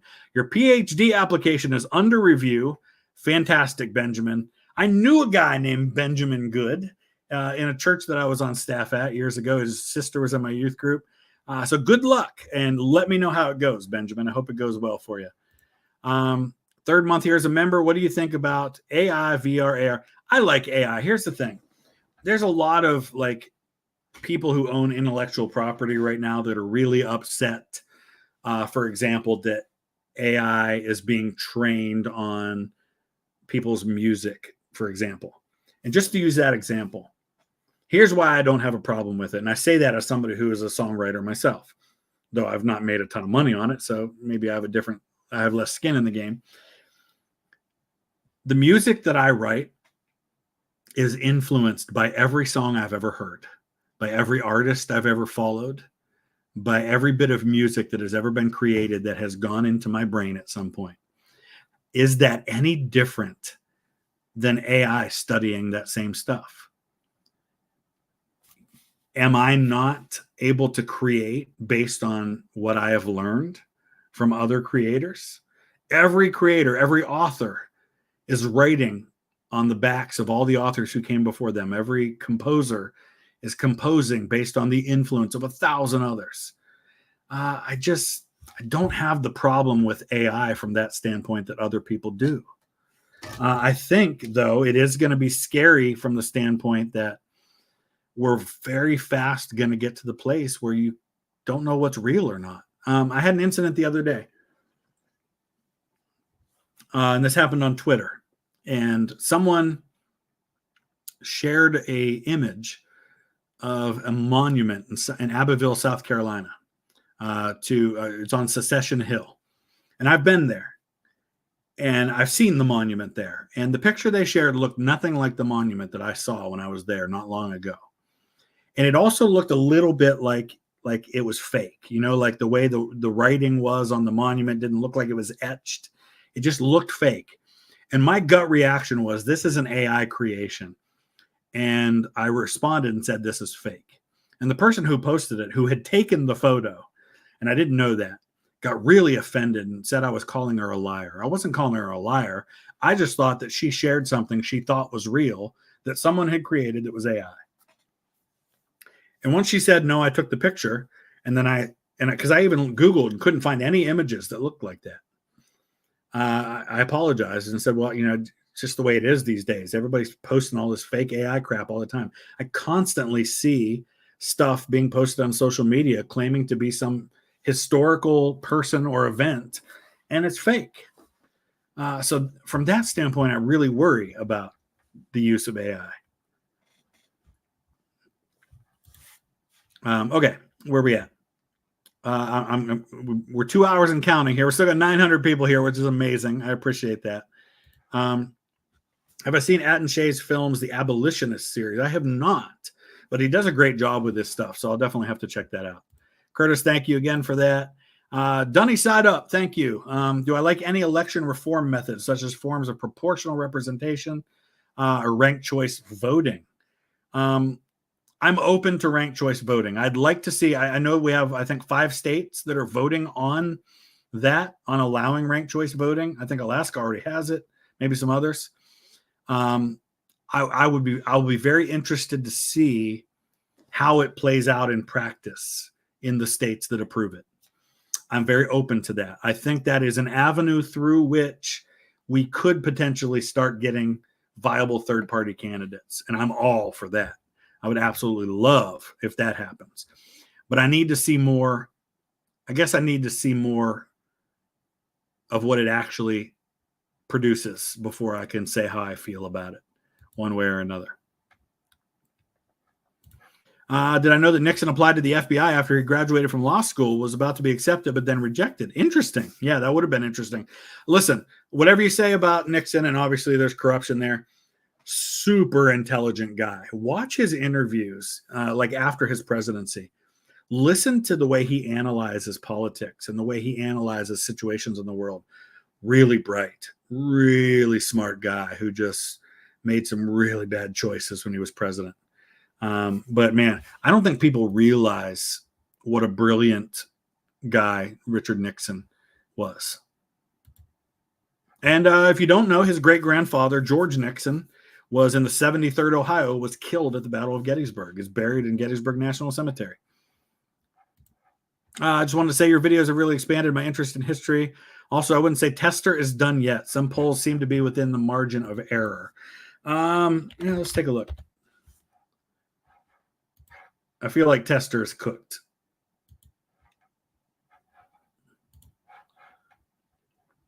I would say if a couple polls are within the margin of error, but most of the others are not, especially in the, I would say if it was in another state, maybe, but in the state that he's in, that's an overwhelmingly red state anyway. Oh yeah. I mean, granted, the most recent, there's only been one poll in the last 3 weeks, but I think the fact that there haven't been more polls tells you a little something about what people think about the chances in that race. Sheehy up by 4 in the most recent one, but all the ones before that were like Sheehy plus 8. And Tester hasn't polled above 46 in any of them. For an incumbent, that's the kiss of death. If you're not hitting 50, you're not going to win. I don't know. I guess we'll see. Be interesting to see, Jackson. Curious as a Swede watching the election from the outside, what are the worst things about each candidate from my perspective? Much love. Okay. The worst thing about Trump is the volatility. You never know what he's going to say or what he's going to do. And so from that standpoint, I don't even think that voting on the issues is helpful, because I think the issues are irrelevant to Trump, depending on what he thinks in the moment. I think he's way too thin-skinned, and I think he lets people get to him too easily, and we saw that in the debate. So I think his temperament is his biggest negative, the worst thing about Trump. For Kamala Harris, I find her fairly likable. Like when I've seen like the ads that have run here in Ohio, and they haven't run that many because I think it's a foregone conclusion Trump's going to win Ohio. I find her likable enough. I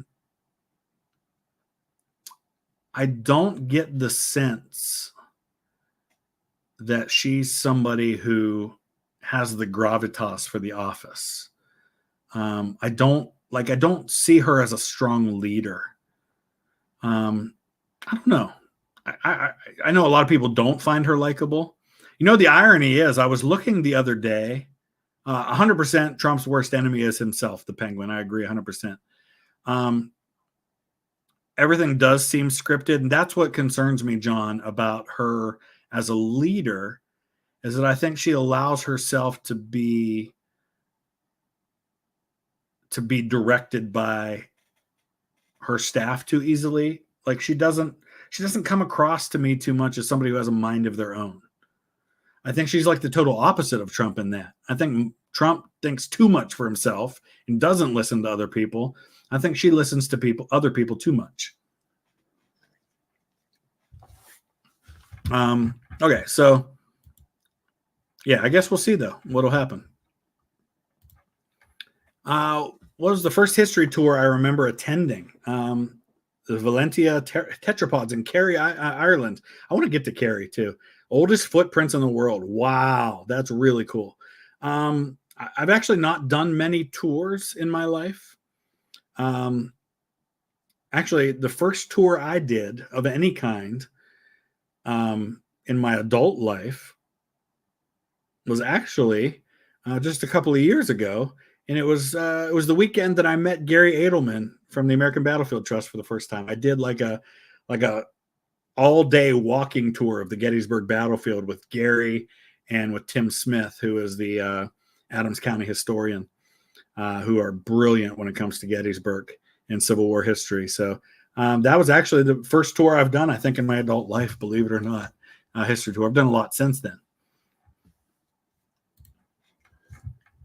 By Ben Shapiro video, I said that I'd put Obama in the middle of my POTUS ranking as of now. Where would I put Donald Trump? Probably about the same. I think, by and large, the policies of his administration were mostly a net positive. I also think that about Obama. I think in 100 years, of course, granted, if Trump gets a second term, that's going to factor into it. But assuming Trump loses and that he only has the one term, and so we're only judging based on that one term. Let's see.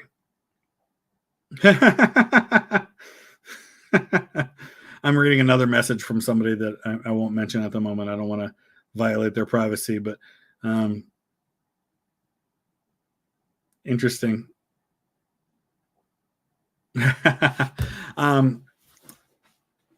I think he'll be rated below George W. Bush in 100 years. 30 to 35 in 100 years. Of course, by then there'll be probably 60 presidents. So maybe 40 to 45 at that point. But among the ones that currently are listed, I would say 30 to 35.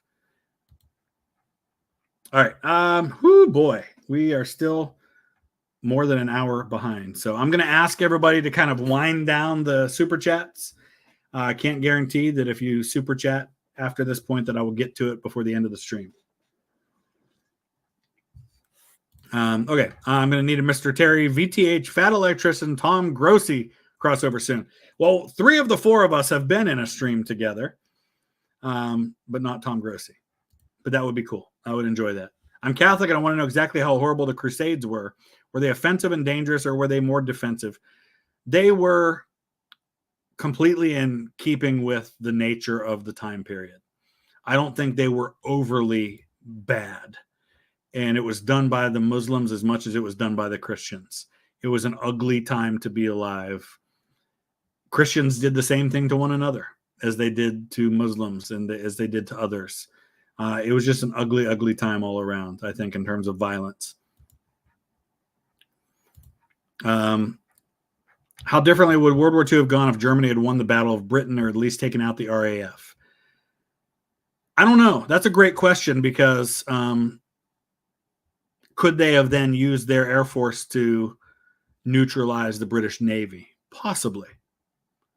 So at that point, the Battle of Britain gets lost. You probably see the British negotiate their way out of the war, I would guess, before they're invaded. Does the U.S. ignore Charles XII because it didn't fight the UK? Charles XII was Swedish, no? Or do you mean Charles II? I don't know who you mean by that. I guess I'm confused by the question. I'm trying to, but there are so many super chats that unfortunately I can't get to too many of those. What I typically do, and I would say this, if you have a question but you're not doing a super chat, Number one, if you see that I've created a live stream, if you go in before the stream starts and put your question in, typically I star those so that I can cover those at the very beginning. But once the super chats start flowing, there's so many of them, but I do feel an obligation to get to those first, just because they have given. It's not that your questions are unimportant, but unfortunately, because there's so many super chats, that's just the way it has worked out lately. But also, I would suggest, even if you do Patreon at like $3 a month, you can get your questions in on there, and I will answer them in the private streams. Okay. Greetings from Australia. How did BC become AD? Well, the time before Christ, and then Anno Domini, which is Latin for in the year of our Lord, it was based on one man's interpretation of the life of Jesus, specifically the birth of Christ. Now, modern analyzation of that stuff tells us that most likely Jesus is born around 4 BC on our calendar as it exists, and probably the crucifixion would then be around 30 AD. But that's how BC became AD. It was based on when it was believed that Jesus was born and how that was calculated. Mr. Terry had the Fat Electrician on live stream when you were going to be on the Unsubscribed podcast. Interesting. I mean, the three of us were on a stream together, and I'm sure he would absolutely be open to that. Your channel helped me get back into history. I think the first video I watched was your first reaction to Oversimplified. Awesome, James. I appreciate that. And there's no higher compliment, and I get that same statement all the time, and I appreciate it every single time. There's no higher compliment that somebody can give me than to say, your channel helped me either fall back in love with history or love history for the first time. If I've accomplished nothing else, then I will consider all of my time and effort well spent, if that's the case.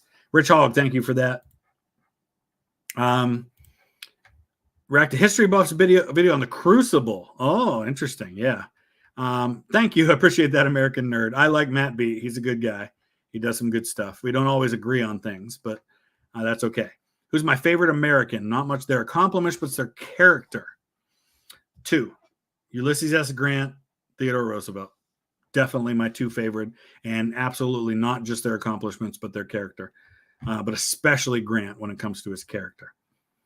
UK Patreon here. Thank you. Aztec Mayan videos. Yeah, I've been to some Mayan historic sites. I didn't have a channel when I was there, though, so I didn't make any videos about it. But yeah, that's something we need to cover more. Thank you. Would I ever run for Congress? Ooh. You know, I'd be lying if the thought hadn't crossed my mind. But I would guess I probably have too much dirty laundry in my life to ever run for high office. And I'm too busy doing other things. Now, I will say this. I do have connections to some of our local people, like our congressman. I went to high school, like our current member of Congress that represents my district. His wife was in my graduating class in high school, so that's kind of cool. And the guy he replaced, I did Rachel's Challenge at his son's middle school, and he actually came to my Rachel's Challenge event. Ron Johnson, who was the previous congressman, he's now the president of Youngstown State University, so I know him, and I've connected with him a lot. And the guy before him, who was my congressman, his wife teaches at my elementary school, and so I've met him several times, and he actually dated my ex-sister-in-law, which is kind of weird. But anyway, so I don't know, probably not. Did European colonialism benefit the world? Define benefit. It didn't benefit the people they colonized, I don't think. But again, does bringing to them technology and clean water and all those kinds of things at the expense of subjugating them equal a net benefit? I don't know. I would say no, but I think there's an argument to be made there. Is tuberculosis comparable to the Black Death? No, because the Black Death killed people really fast, and tuberculosis could take decades to kill somebody. It was not nearly as contagious either. Tuberculosis was an ongoing problem, and it would kill someone maybe after 10 or 20 years sometimes. Black Death wiped out a third to one half of the European population in the span of a couple of years. Totally different animal. Alexander, thank you for that. They say those who do not know history are doomed to repeat it.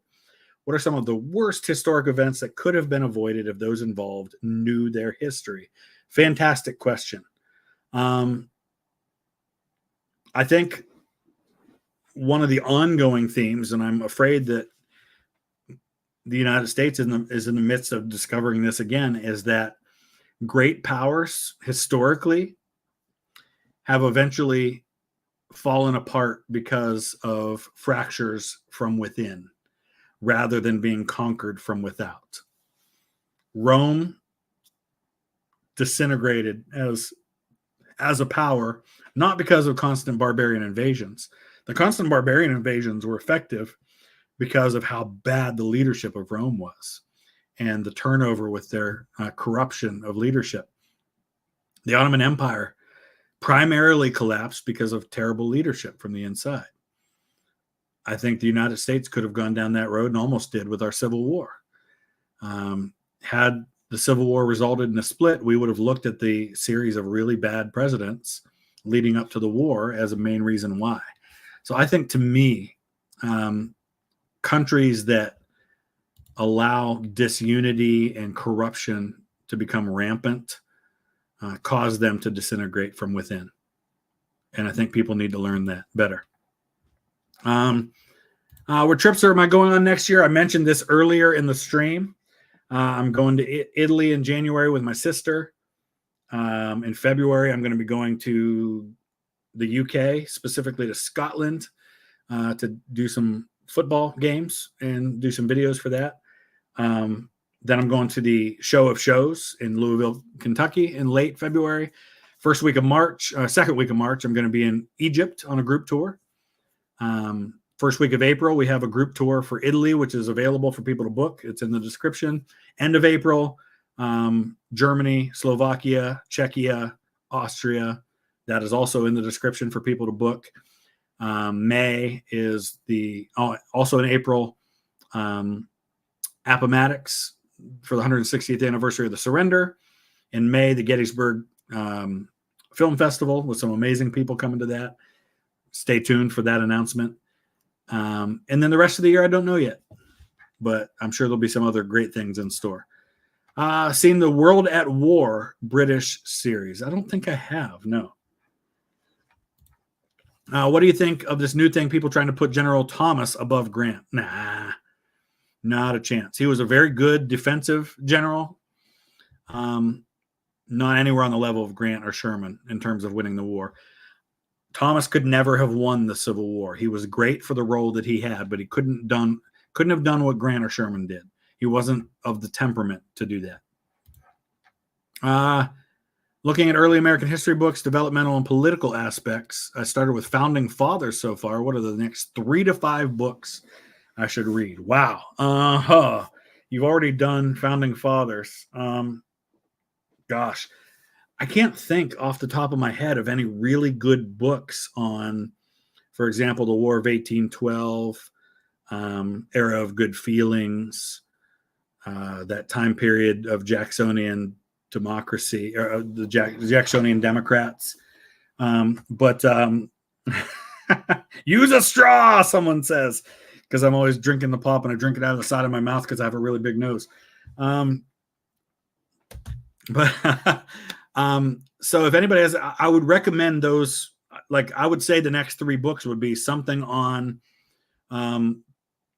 Jefferson and leading up to the War of 1812, something on the Era of Good Feelings. There have only been twice in our history that we've had 3 straight 2-term presidents that have served 2 full terms. It was Jefferson, Madison, Monroe, and then it was Clinton, Bush, Obama. Those are the only 2 times we've had 24 years with 3 presidents. Pretty crazy when you think about it. That each served 2 full terms. So I would say something on the Era of Good Feelings then, but I couldn't tell you a specific book. And then something on like Jackson to the Civil War, like 1828 up to 1860. So maybe some people in the chat can make some recommendations of specific books that they have read on that time period. Okay. Have I seen the Kamala versus Trump epic rap battles? I'm aware of it. I haven't watched it because I'll probably do a reaction to it. I know Mr. Terry did a reaction to it. It looks like it performed quite well. But I will probably do it myself at some point. Symptom of autism is an obsession with a subject. For me, it's history, 20th century in particular. Thanks for helping fuel that obsession. Yeah, I've had people suggest that maybe I have a touch of autism. At the very least, I definitely have ADD or ADHD. Which can often manifest itself the same way. But yeah, I've had people ask me if I've been diagnosed. I haven't, but I can see the possibility of that. Have I seen What If Alt Hist recent videos that now talks about left and modern issues rather than alt history? If he's doing a lot of modern stuff, I probably won't touch it. But I know that he deals with a lot of accusations of being kind of a right-wing shill, and so he's probably pushing back against that. You enjoy Blue Licks. Oh, awesome. Very cool. Saw my ancestors engraving, Lieutenant McGuire. Thank you for stopping there. And your name's Chris also. Yeah, so Lieutenant James Felix McGuire is my 6th great-grandfather. He was killed at the Battle of Blue Licks, Kentucky, which was some argue the last battle of the American Revolution. It was in the fall of 1780, or was it August? Late summer, early fall of 1782 in Blue Licks, which is in northeastern Kentucky. One of Daniel Boone's sons was also killed in that battle. Daniel Boone was at that battle. Yeah, so it's a very special place for me just because I have an ancestor who was there and was killed. He was one of the officers there. As a professor or historian who specializes in the study of military history, including the art of war. Oh, there absolutely are. I couldn't name one off the top of my head, but there are absolutely plenty of people who have that as a specific focus. Curious how I got into ministry. Actually, that's a really interesting question. I'm almost out of drinks and my throat's getting sore, but I'm going to try to cover that one real quick. All right, so I had wanted to be a history professor going back to probably 7th or 8th grade. I was like 12, 13 years old. I knew I wanted to be a history professor. When I was a senior in high school, I was a Christian, grew up in the church, also an athlete, track and cross country. And my senior year in high school, a group of athletes at my school, myself included, we started a chapter of Fellowship of Christian Athletes at my high school, which still is there to this day, which is really awesome 30 years later that it's still there, and to know that I was a part of that. And so I was part of the leadership of that group. And our history teacher, who was also my distance coach in track, was also our advisor for Fellowship of Christian Athletes. So in schools, you can have a religious group as long as it's student-led. And a teacher can be an advisor, but they can't be the one leading or starting the group. So they were there. He was there as our advisor. And so I had all these connections to him, right? We were both Christians. He went to my church. He was also my distance coach. And he was also a history teacher. So I had all these connections to him. And so I get into college, and I was majoring in history and secondary education. And I heard there was a Fellowship of Christian Athletes group at my college. And some of the guys on my cross-country team, because I ran cross-country and track in college, were also in FCA. So I'm like, oh, this is cool, kind of a continuation of that. So I showed up for the first FCA meeting on campus, and there were only 4 of us that showed up. And they elected 4 officers that night. And so I got elected vice president of the Teal College Fellowship of Christian Athletes, my very first week of college. And that meant I had to lead Bible studies on Wednesday nights. I'd never done that before. So I started doing it, and I absolutely loved it. I absolutely fell in love with it. I became, as I often do, obsessed with doing it and doing it well. And as time went on, and for folks who aren't Christians, I know this may sound weird to you, and that's okay. And I accept that. That's fine. But there was a sense a very strong sense of calling in my life that can only be explained by explaining that the only thing I had ever wanted to do with my life, which was to teach history, suddenly the thought of doing that made me miserable. And I don't know how to explain that because I didn't love history any less.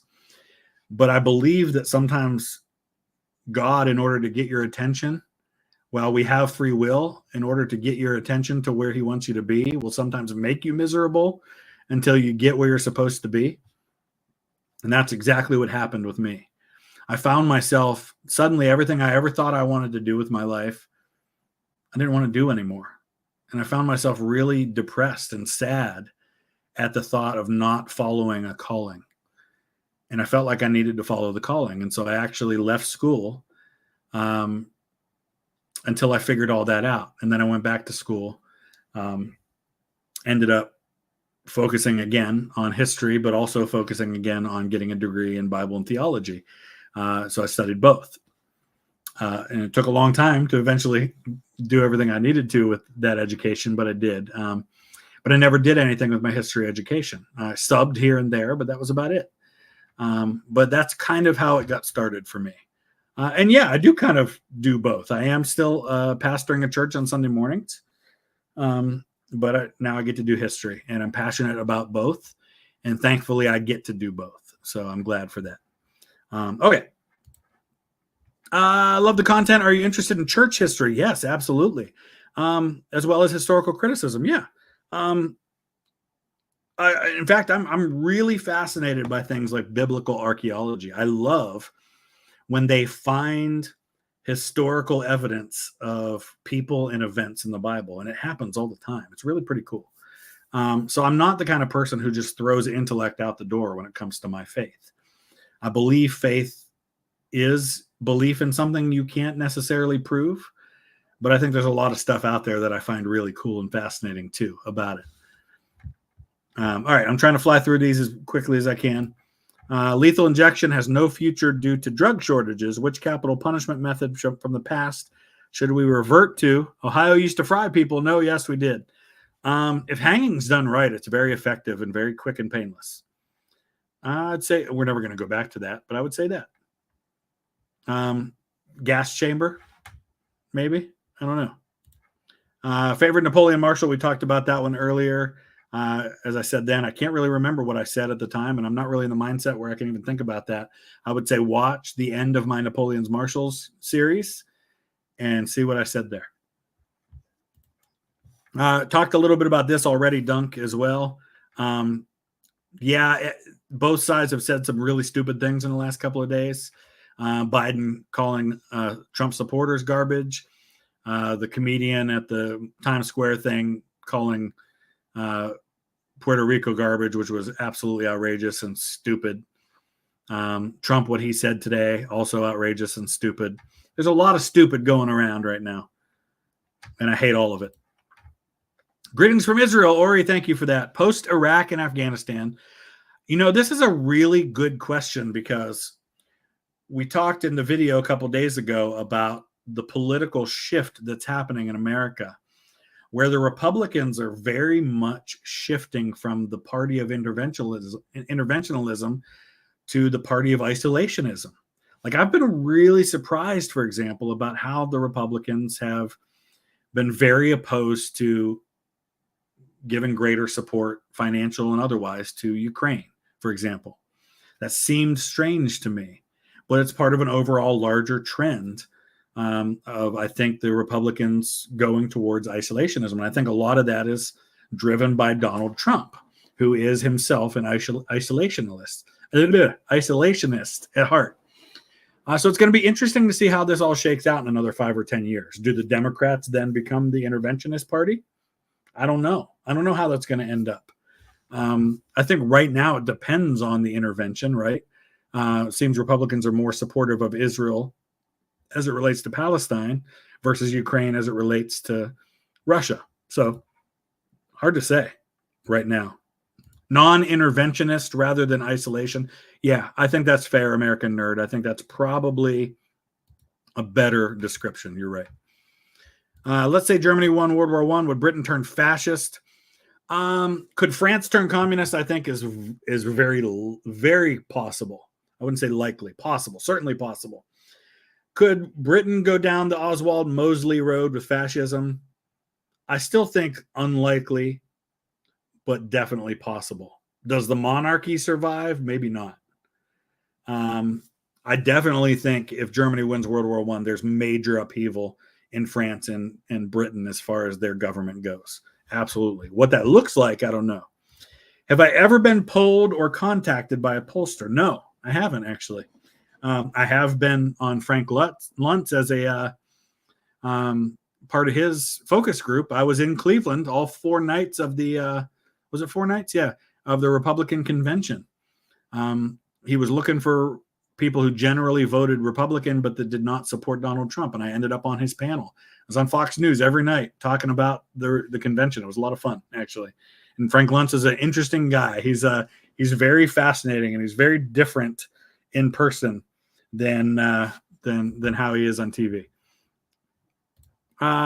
Do you believe unique individuals really make a difference to the paths of history? I think some. Yeah, there are definitely individuals who, because of their very unique set of gifts and abilities and proximity to history, who absolutely make a difference. Napoleon, Julius Caesar, Abraham Lincoln are great examples of this, and there are plenty more. Otto von Bismarck. I think other people, the way you figure that is other people of similar prominence placed in the same role, does the same event happen? And I'd say no in some of those cases. Thoughts on the study of the historical Jesus? There's not a lot there, Josh, but I think we've got as much evidence that Jesus existed as we do for a lot of other people that we all agree existed. I think there is a higher degree of scrutiny on Jesus because of the implications of it religiously, and because of the impact he has had on world history. And that's not totally unfair to have a higher level of scrutiny. But it's an interesting topic. I do enjoy what few sources we have from that century as relates to the historical Jesus. It's interesting to see those perspectives. Wild West Extravaganza is a good video on Lewis and Clark. Oh, good to know, Mitchell. I love that because Lewis and Clark's a topic I want to get into more. I think it'd be really, really fun at some point to do like a driving tour where I just filmed myself like my friend Matt Beat did, where they followed the Oregon Trail in a Tesla. I have my own Tesla, so I could totally do that. Where I just followed the Lewis and Clark expedition and drove it where I could. I think that would be so much fun to do that. I'd have to take somebody with me though. Couldn't do that one by myself. I've got ideas in mind of who I might take with me for something like that. I don't know if they'd like that much history, but favorite European monarch apart from English and British ones. Also, what is the country in Europe I think has the most underrated history? Underrated history, Poland. Just off the top of my head, I'm just going to say Poland. But every country's got amazing history. Czechia's got some really cool history, and I can't wait to dive into that when I go there.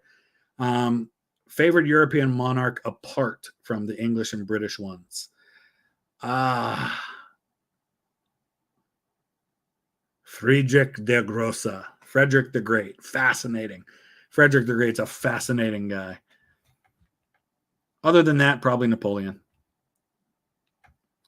Have I ever considered becoming a college professor in history? That was what I wanted to do. My goal was get my bachelor's, get my master's, become a professor, maybe a doctorate someday. I don't have the same goals anymore. No, I don't think I would ever want to be a college professor. It'd be too tied down. I get to be all of those things, but to a much bigger audience, and I get to control what I do, what I teach, what I talk about. I wouldn't trade this for being a professor ever. I'm not discounting the importance of professors. There's some amazing professors out there. My friend Jared Frederick, Dr. Jared Frederick, is a professor in Altoona, Pennsylvania. Love what he's doing as a professor and also doing YouTube. And I am going to collab with him at some point. We've talked about it. Just haven't made it happen yet. But no, I have considered it. I won't consider it now. It's really just not something I'm interested in. Thoughts? A trio, Baltic countries, Latvia, Estonia, Lithuania trip. Yes. I'd like things to calm down a little bit in that part of the world first But yeah, I'd love to go there. And I've got a high school classmate who has Estonian family and goes to Estonia often. And I see the trips on Facebook when they share stuff, and it's really cool. I'd like to go there. Have I read the Dash? Am I pronouncing that right? I've actually never heard of it. So no, I haven't, believe it or not.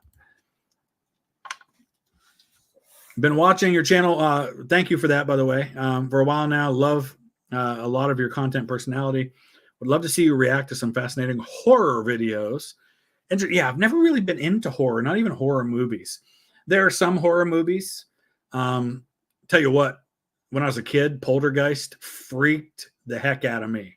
Like that scared the bejesus out of me, that movie. Oh my gosh, Poltergeist was so freaky. Later in life, and like in my 20s, Event Horizon, I found to be a really freaky movie that I thought was also really interesting. Had some big stars in it. Rich Hogg, thank you. Favorite West Brom player? Well, obviously, I've only been following. Your grandfather played for West Brom. That is fantastic.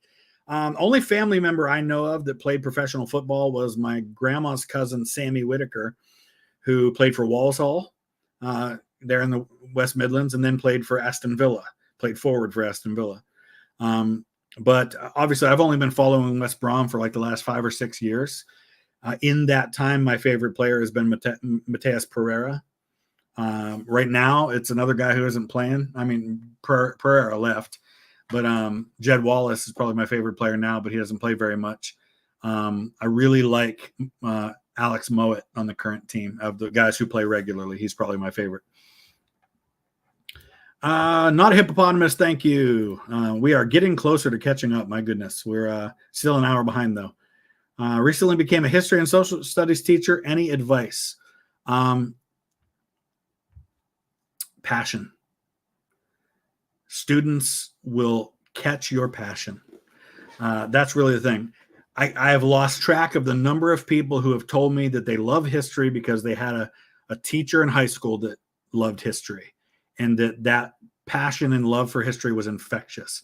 More than anything you say, any topic you teach on, the way you pass on your own passion for history and creativity in teaching. Use different ways. Use videos. Use YouTube videos when you can to introduce a topic. Do field trips if you're able to.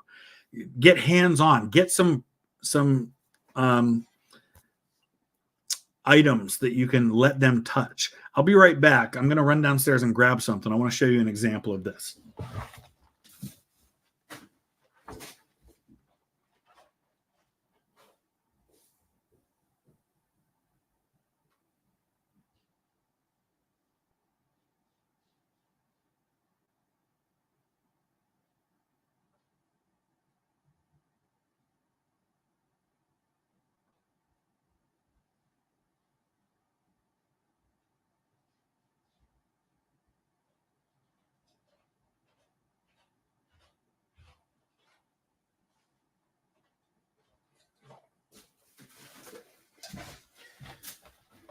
Okay, sorry about that. Now I'm out of breath. This came today. I'm really excited about this. These are field glasses, binoculars, if you want to say, that belonged to an officer in the U.S. Army in the artillery in the First World War. Let me pull up. I've even got a picture of the guy that these belong to. It's really, really cool. And then I'll tell you what I'm getting at with that.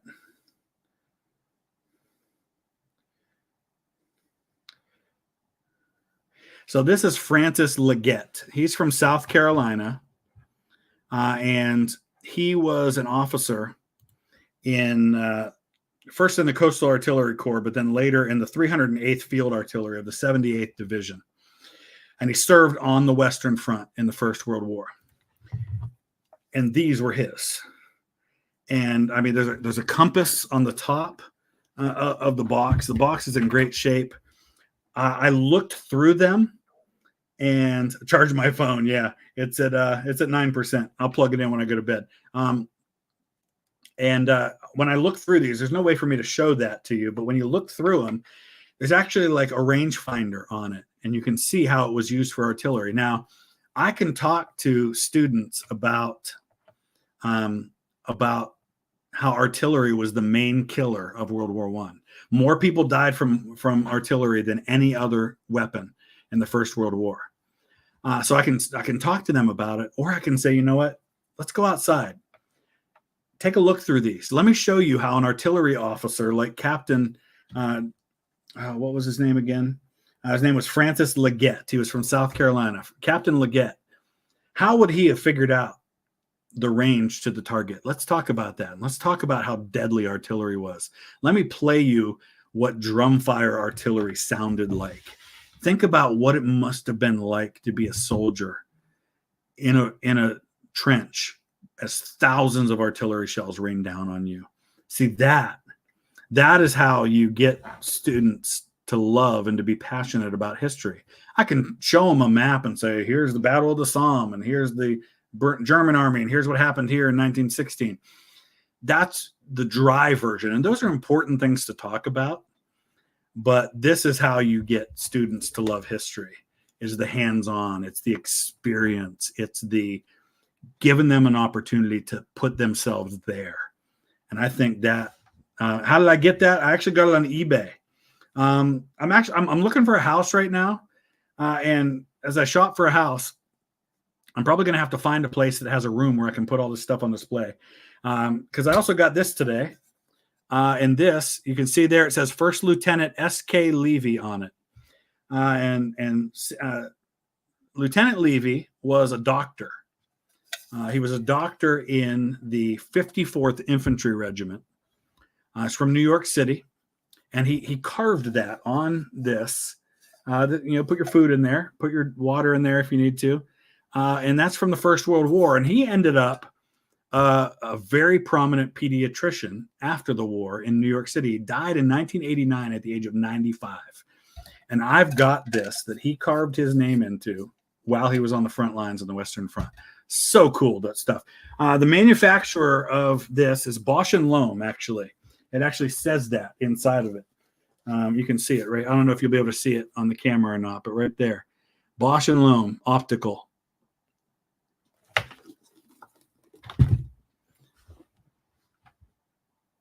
Okay.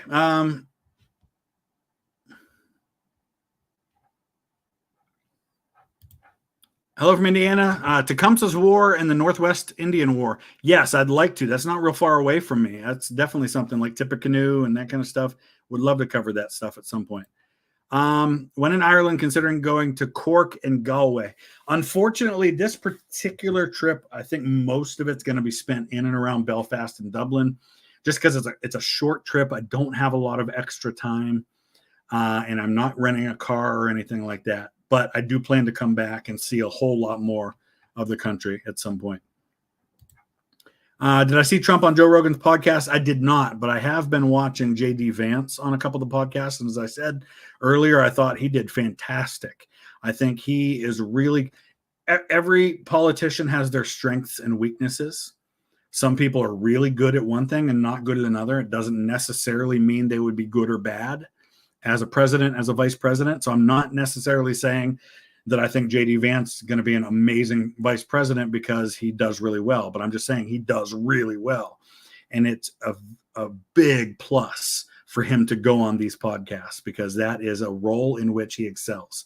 I think he comes across really, really well in that, much better than he comes across in a debate or on a stage at a political rally. I don't think he comes across nearly as well in those. As an Ohioan, why do you think solidly red state has consistently... I've said this a lot because Ohio reelects its incumbents almost all the time. There have been a few exceptions to that, but for the most part, if you're in, you're in, and you stay in. For example, in our congressional elections, my whole lifetime, we had 2 congressmen. And the only reason that the second guy ended up not being a congressman is his district was eliminated because of redistricting because we lost a seat in Congress and he ran for Senate. Otherwise, we kept reelecting him. And now we've got a Republican. We had Democrats for 40 years, and now we have a Republican, and now that Republican will get reelected because we like to reelect our incumbents for some reason, despite how we might vote in presidential elections. It's a weird thing. A lot of places are like that.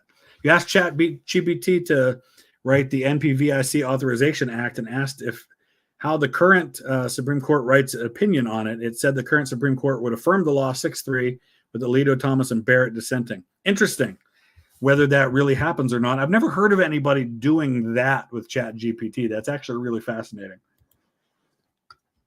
Hope you're well. If the U.S. remained under British rule, how do you think U.S. would be success-wise up to today?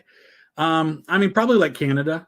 We probably would have ended up a dominion like Canada did. I think that eventually would have happened anyway.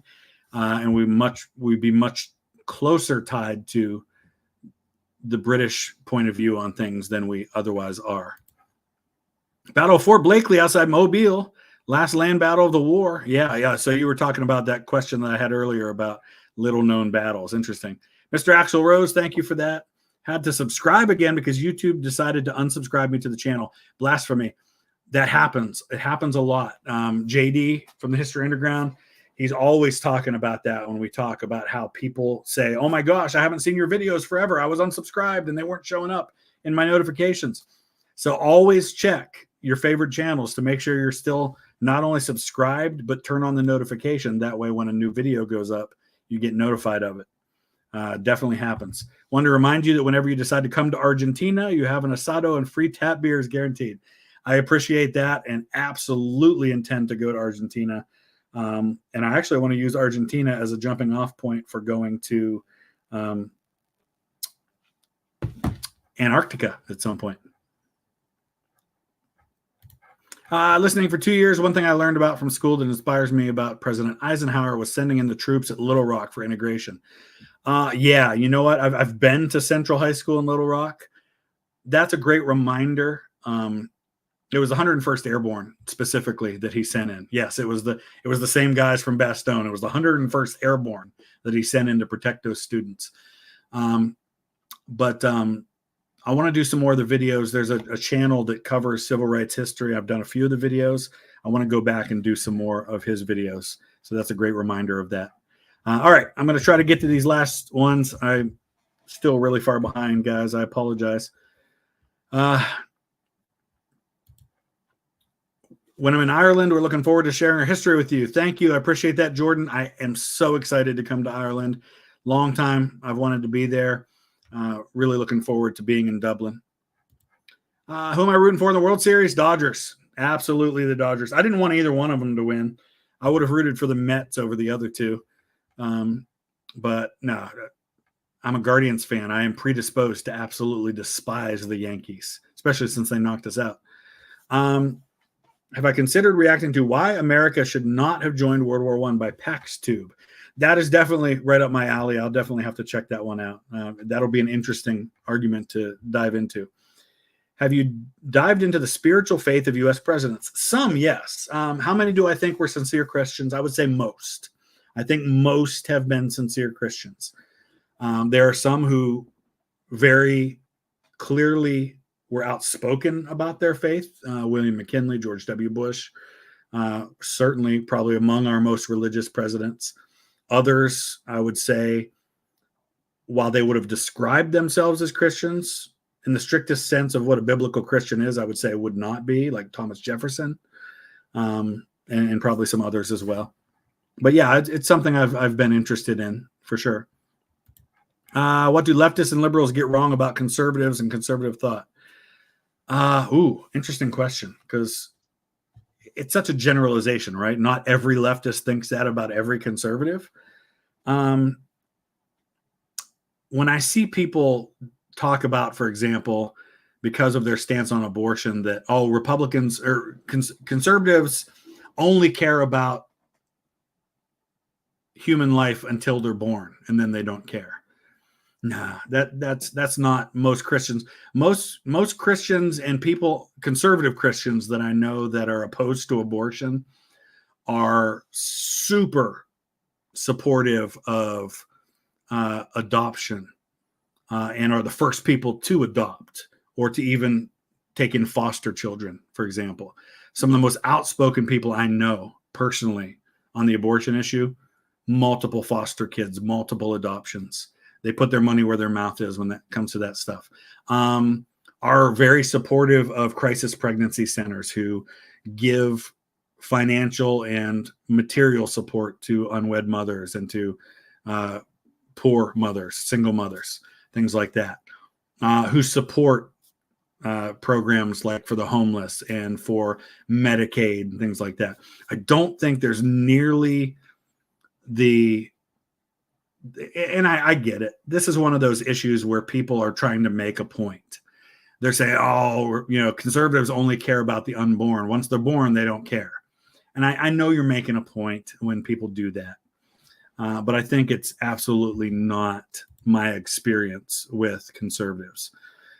Granted, there are a lot of people who are like that, who want a very small government, who don't want any government funding for any program, who, you could say that about. And the same thing is true with how conservatives view people on the left. A lot of those generalizations just don't apply to most people. When you start calling people on the left baby killers because they support abortion being legal, I think that's unfair and wrong in most cases. All right, Zach, all is well. I hope you're doing well as well, man. Thank you for making awesome content. I appreciate that. Thank you so much. What's my Christmas movie? Die Hard. Die Hard is a Christmas movie. I will die on that hill. Otherwise, though, It's a Wonderful Life. It's a Wonderful Life is my all-time favorite movie. I absolutely love that movie. Thoughts on Henry Kissinger? Complicated. I think unfairly demonized by many people, unfairly praised by others, probably somewhere in the middle. Do I consider myself a historian of Michigan and Ohio State? Not really. I only really concern myself for the most part with what has gone on in my lifetime. So back to John Cooper, and that's about it. I am going to the game, though. My first ever Ohio State game at the end of November to see Ohio State, Michigan. Excited about that. Is Thomas Paine a founding father? Depends on how you define that. He's certainly a thinker of the revolution. He's certainly influential in the revolution. Was he a political leader? No. So if you have a strict definition of founding father, then no. And I have a pretty strict definition. I only consider really a handful of people to be founding fathers. Some people would say anybody who signed the Declaration of Independence is a founding father. Anybody who had a leadership role during the revolution was a founding father. Just depends on how you define it. I don't know much about Finnish history. I did a little bit of family history for someone on Finland. That was about it. You're going to visit Auschwitz when you go on a European trip. I've not been to Auschwitz, but I've been to Dachau, but not Auschwitz, which is a totally different animal, really. So I can't really speak to that. Other people in the chat who have could maybe speak to it. Most people who tell me they've been there tell me it's a place that it's really important to go, but you probably won't want to go back. Like it's good to experience, but it's not a place you go to feel better about yourself.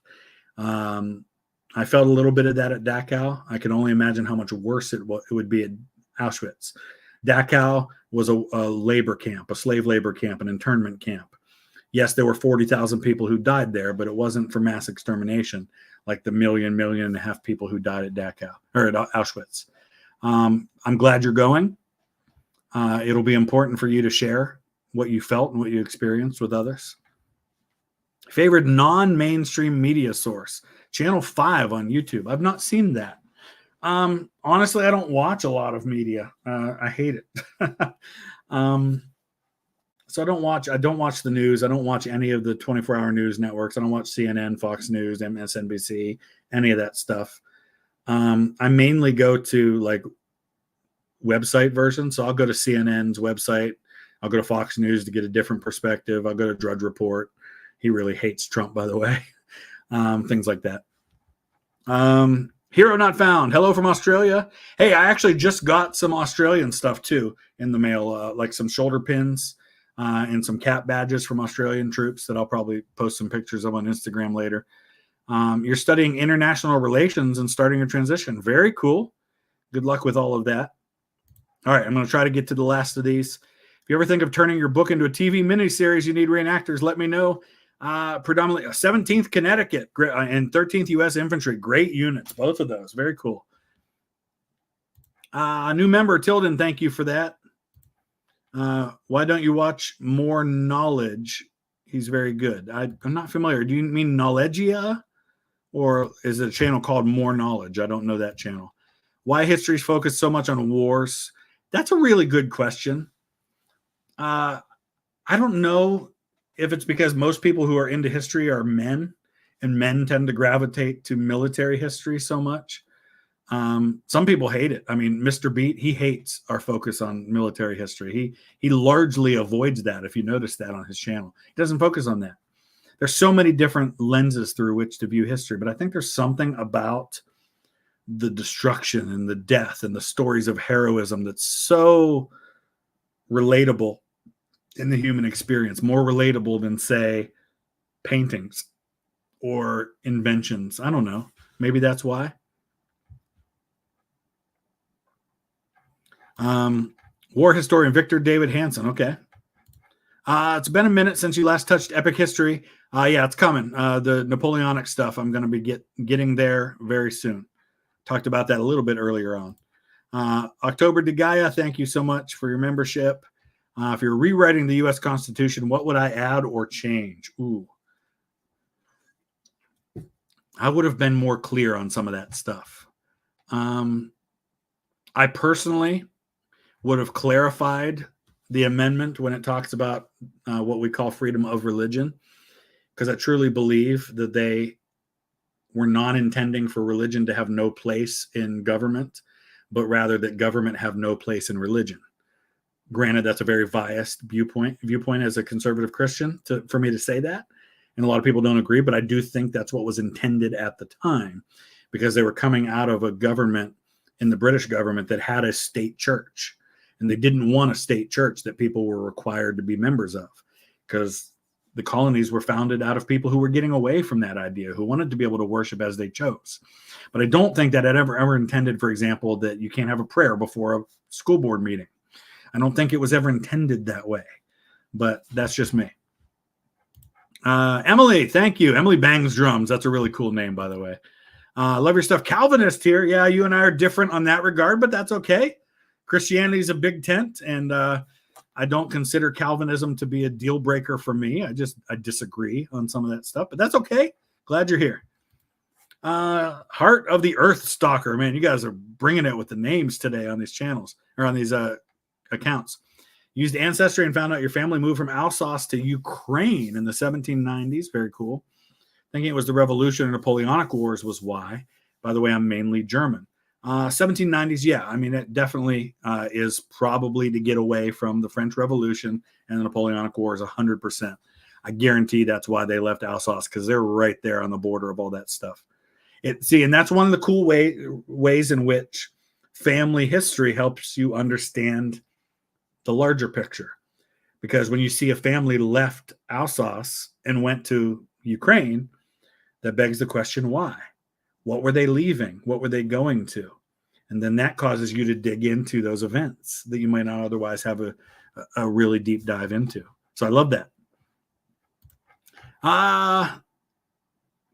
God knew you were meant to do more than teach history. Now you do history and also love the channel. How often do we think of the Roman Empire? Probably a few times a week. I know that's less than others, but yeah. Do I think the USSR could have lasted longer? No, I'm surprised it lasted as long as it did, honestly. Dylan Douglas, you said in the past you identify as a conservative, but I know how deeply you engage with history and our part in it. Politics aside, if Trump loses on the 5th, what's the unbiased legacy of him and his movement? That is a fantastic question. And I will say up front that I don't know, because I have been wrong when it comes to Trump every step of the way. 2016, I said there's no chance he gets the nomination. He got it. When he won, I said there's no chance he wins the election. He won the election. 2020, I thought he was going to win re-election. He didn't. So I've been wrong all the way along. My gut says, and it depends on how much of a hold he has on the party. I do think he has enough of a hold on the party that I think the immediate legacy is J.D. Vance becomes the standard bearer of the Republican Party in 4 years. I think either way, win or lose, I think J.D. Vance is the Republican nominee in 2028. And I think he's an infinitely superior candidate to Trump. Whether you agree with his politics aside, as a candidate, he's fantastic. He's got a story, a great story that got turned into a movie directed by Ron Howard, a best-selling book. He is really, really down to earth and well-spoken. He comes from an important part of the country that gets him votes in key places. I think he checks all the boxes for the Republicans. He's Trump without the crazy. Now, I'm not saying there aren't serious things to criticize about J.D. Vance, and I'm not saying that I would even vote for him. I'm saying I think he's a great candidate for the Republicans in 4 years. And I think that maybe that's the immediate legacy, is that the Republicans come back from the cult of Trump, as I see it, because this is definitely, it's very much a personality cult. As one on the outside looking in, as not a Trump supporter, I can see it for what it is, that it's a personality cult. So I think once that dies off, I think there will be some lasting impact of where he took the Republican Party, but it will bounce back toward the mainstream somewhat. So I guess those are some of my thoughts. Peter, on stage, I agree with you, but I would challenge you to watch some of his podcast interviews, in particular the one he did with what was the one he just did? I mentioned it earlier. Theo Vaughn. I disagree 1,000% that he has zero charisma. Watch his podcast interview with Theo Vaughn.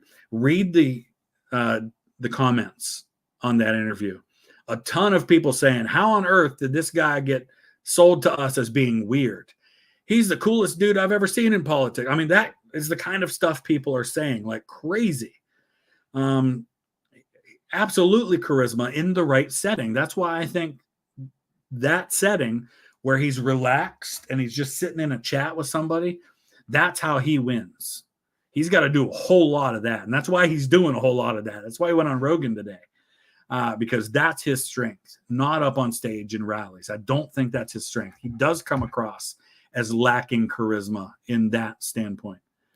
Okay, let's try to get to the last of these. You're 22 and a GM of a Donato's in Dayton area. Very cool. Want to finish college and become an educator. I don't think it's ever too late. Never too late. I'm 47 years old. I was in my mid-40s when I started this channel. Look where it is. You're never too late. Don't buy into that idea that it's ever too late for you to follow your passion. Civ51, thank you for that. Chris, you and JD and Jared at Real History have made my two kids interested in history. Oh, wow. That is awesome. 6 and 8. Very, very cool. I'm sure in no small part because of you as well. So thank you for that. That means the world to me when I hear stuff like that. Bjorn Mar, thank you for that. Hey, we're almost caught up. I love it. Your favorite World War I documentary as of late was They Shall Not Grow Old. Yes. So good. So good. If you have any interest in World War I history, start there. Start with They Shall Grow Not Grow Old. I say grow not old because that's how the poem actually goes. They shall grow not old as we that are left grow old. And they read that every single night at the Menin Gate. And that's the one that ends with at the going up of the sun and at the rising of the sun and the going down of the same. We who are in it will remember them. You know, I'm mixing up multiple poems here, but it ends with we will remember them. But yeah, start there. Fantastic documentary. Can you send some medals via P.O. Box? Yeah. Email me, vloggingthroughhistory@gmail.com. I'll get you the information that you need for that. History Lover, thank you for that. Reform series by Secret Base. Okay, interesting. I mean, I think we're far enough along now. And, you know, Donald Trump was once a part of the Reform Party and a candidate for president for them. Brian O'Connor, hello from Cleveland. What are your thoughts about the Browns probably moving? I love it. I love it. I know I know why the city of Cleveland hates it, because they love having that presence downtown, because it brings people downtown and it helps them to go to pubs and restaurants and hotels downtown. But I love it. I love that they're doing that, and I'm really glad they're building the new stadium with the dome in Brook Park. I think it's going to be on. Is it going to be on the site of the old IX Center? I think. Thoughts on Holocaust deniers and Nazi supporters? I got no patience for it. No patience whatsoever for that at all. I think it's ridiculous. There's room in history for people to have differing views. Not those ones. Been subscribed for a while. Love your content. Do you know I will be doing some more history buffs soon. 1492 would be a really interesting one to do for sure, but I will definitely be doing more. Those videos seem to do pretty well. Failed to paste your actual message last time. Have I seen Jordan Peterson's Foundations of the West? I have not, but I'll check it out.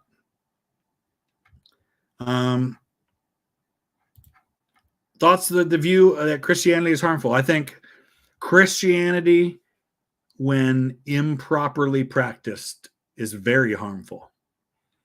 Christianity, as described in the book of Acts, the Bible, as it is intended to be, is an absolute net plus on society.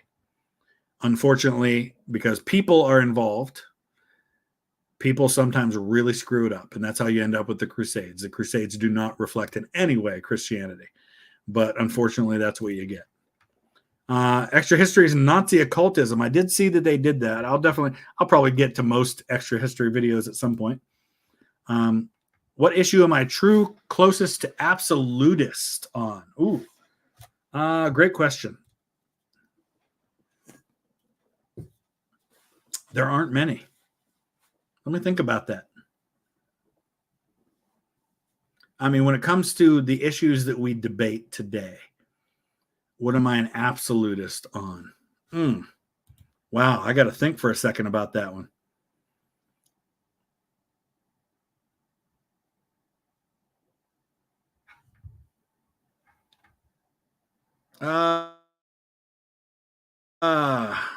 I'm not sure if I am an absolutist on anything.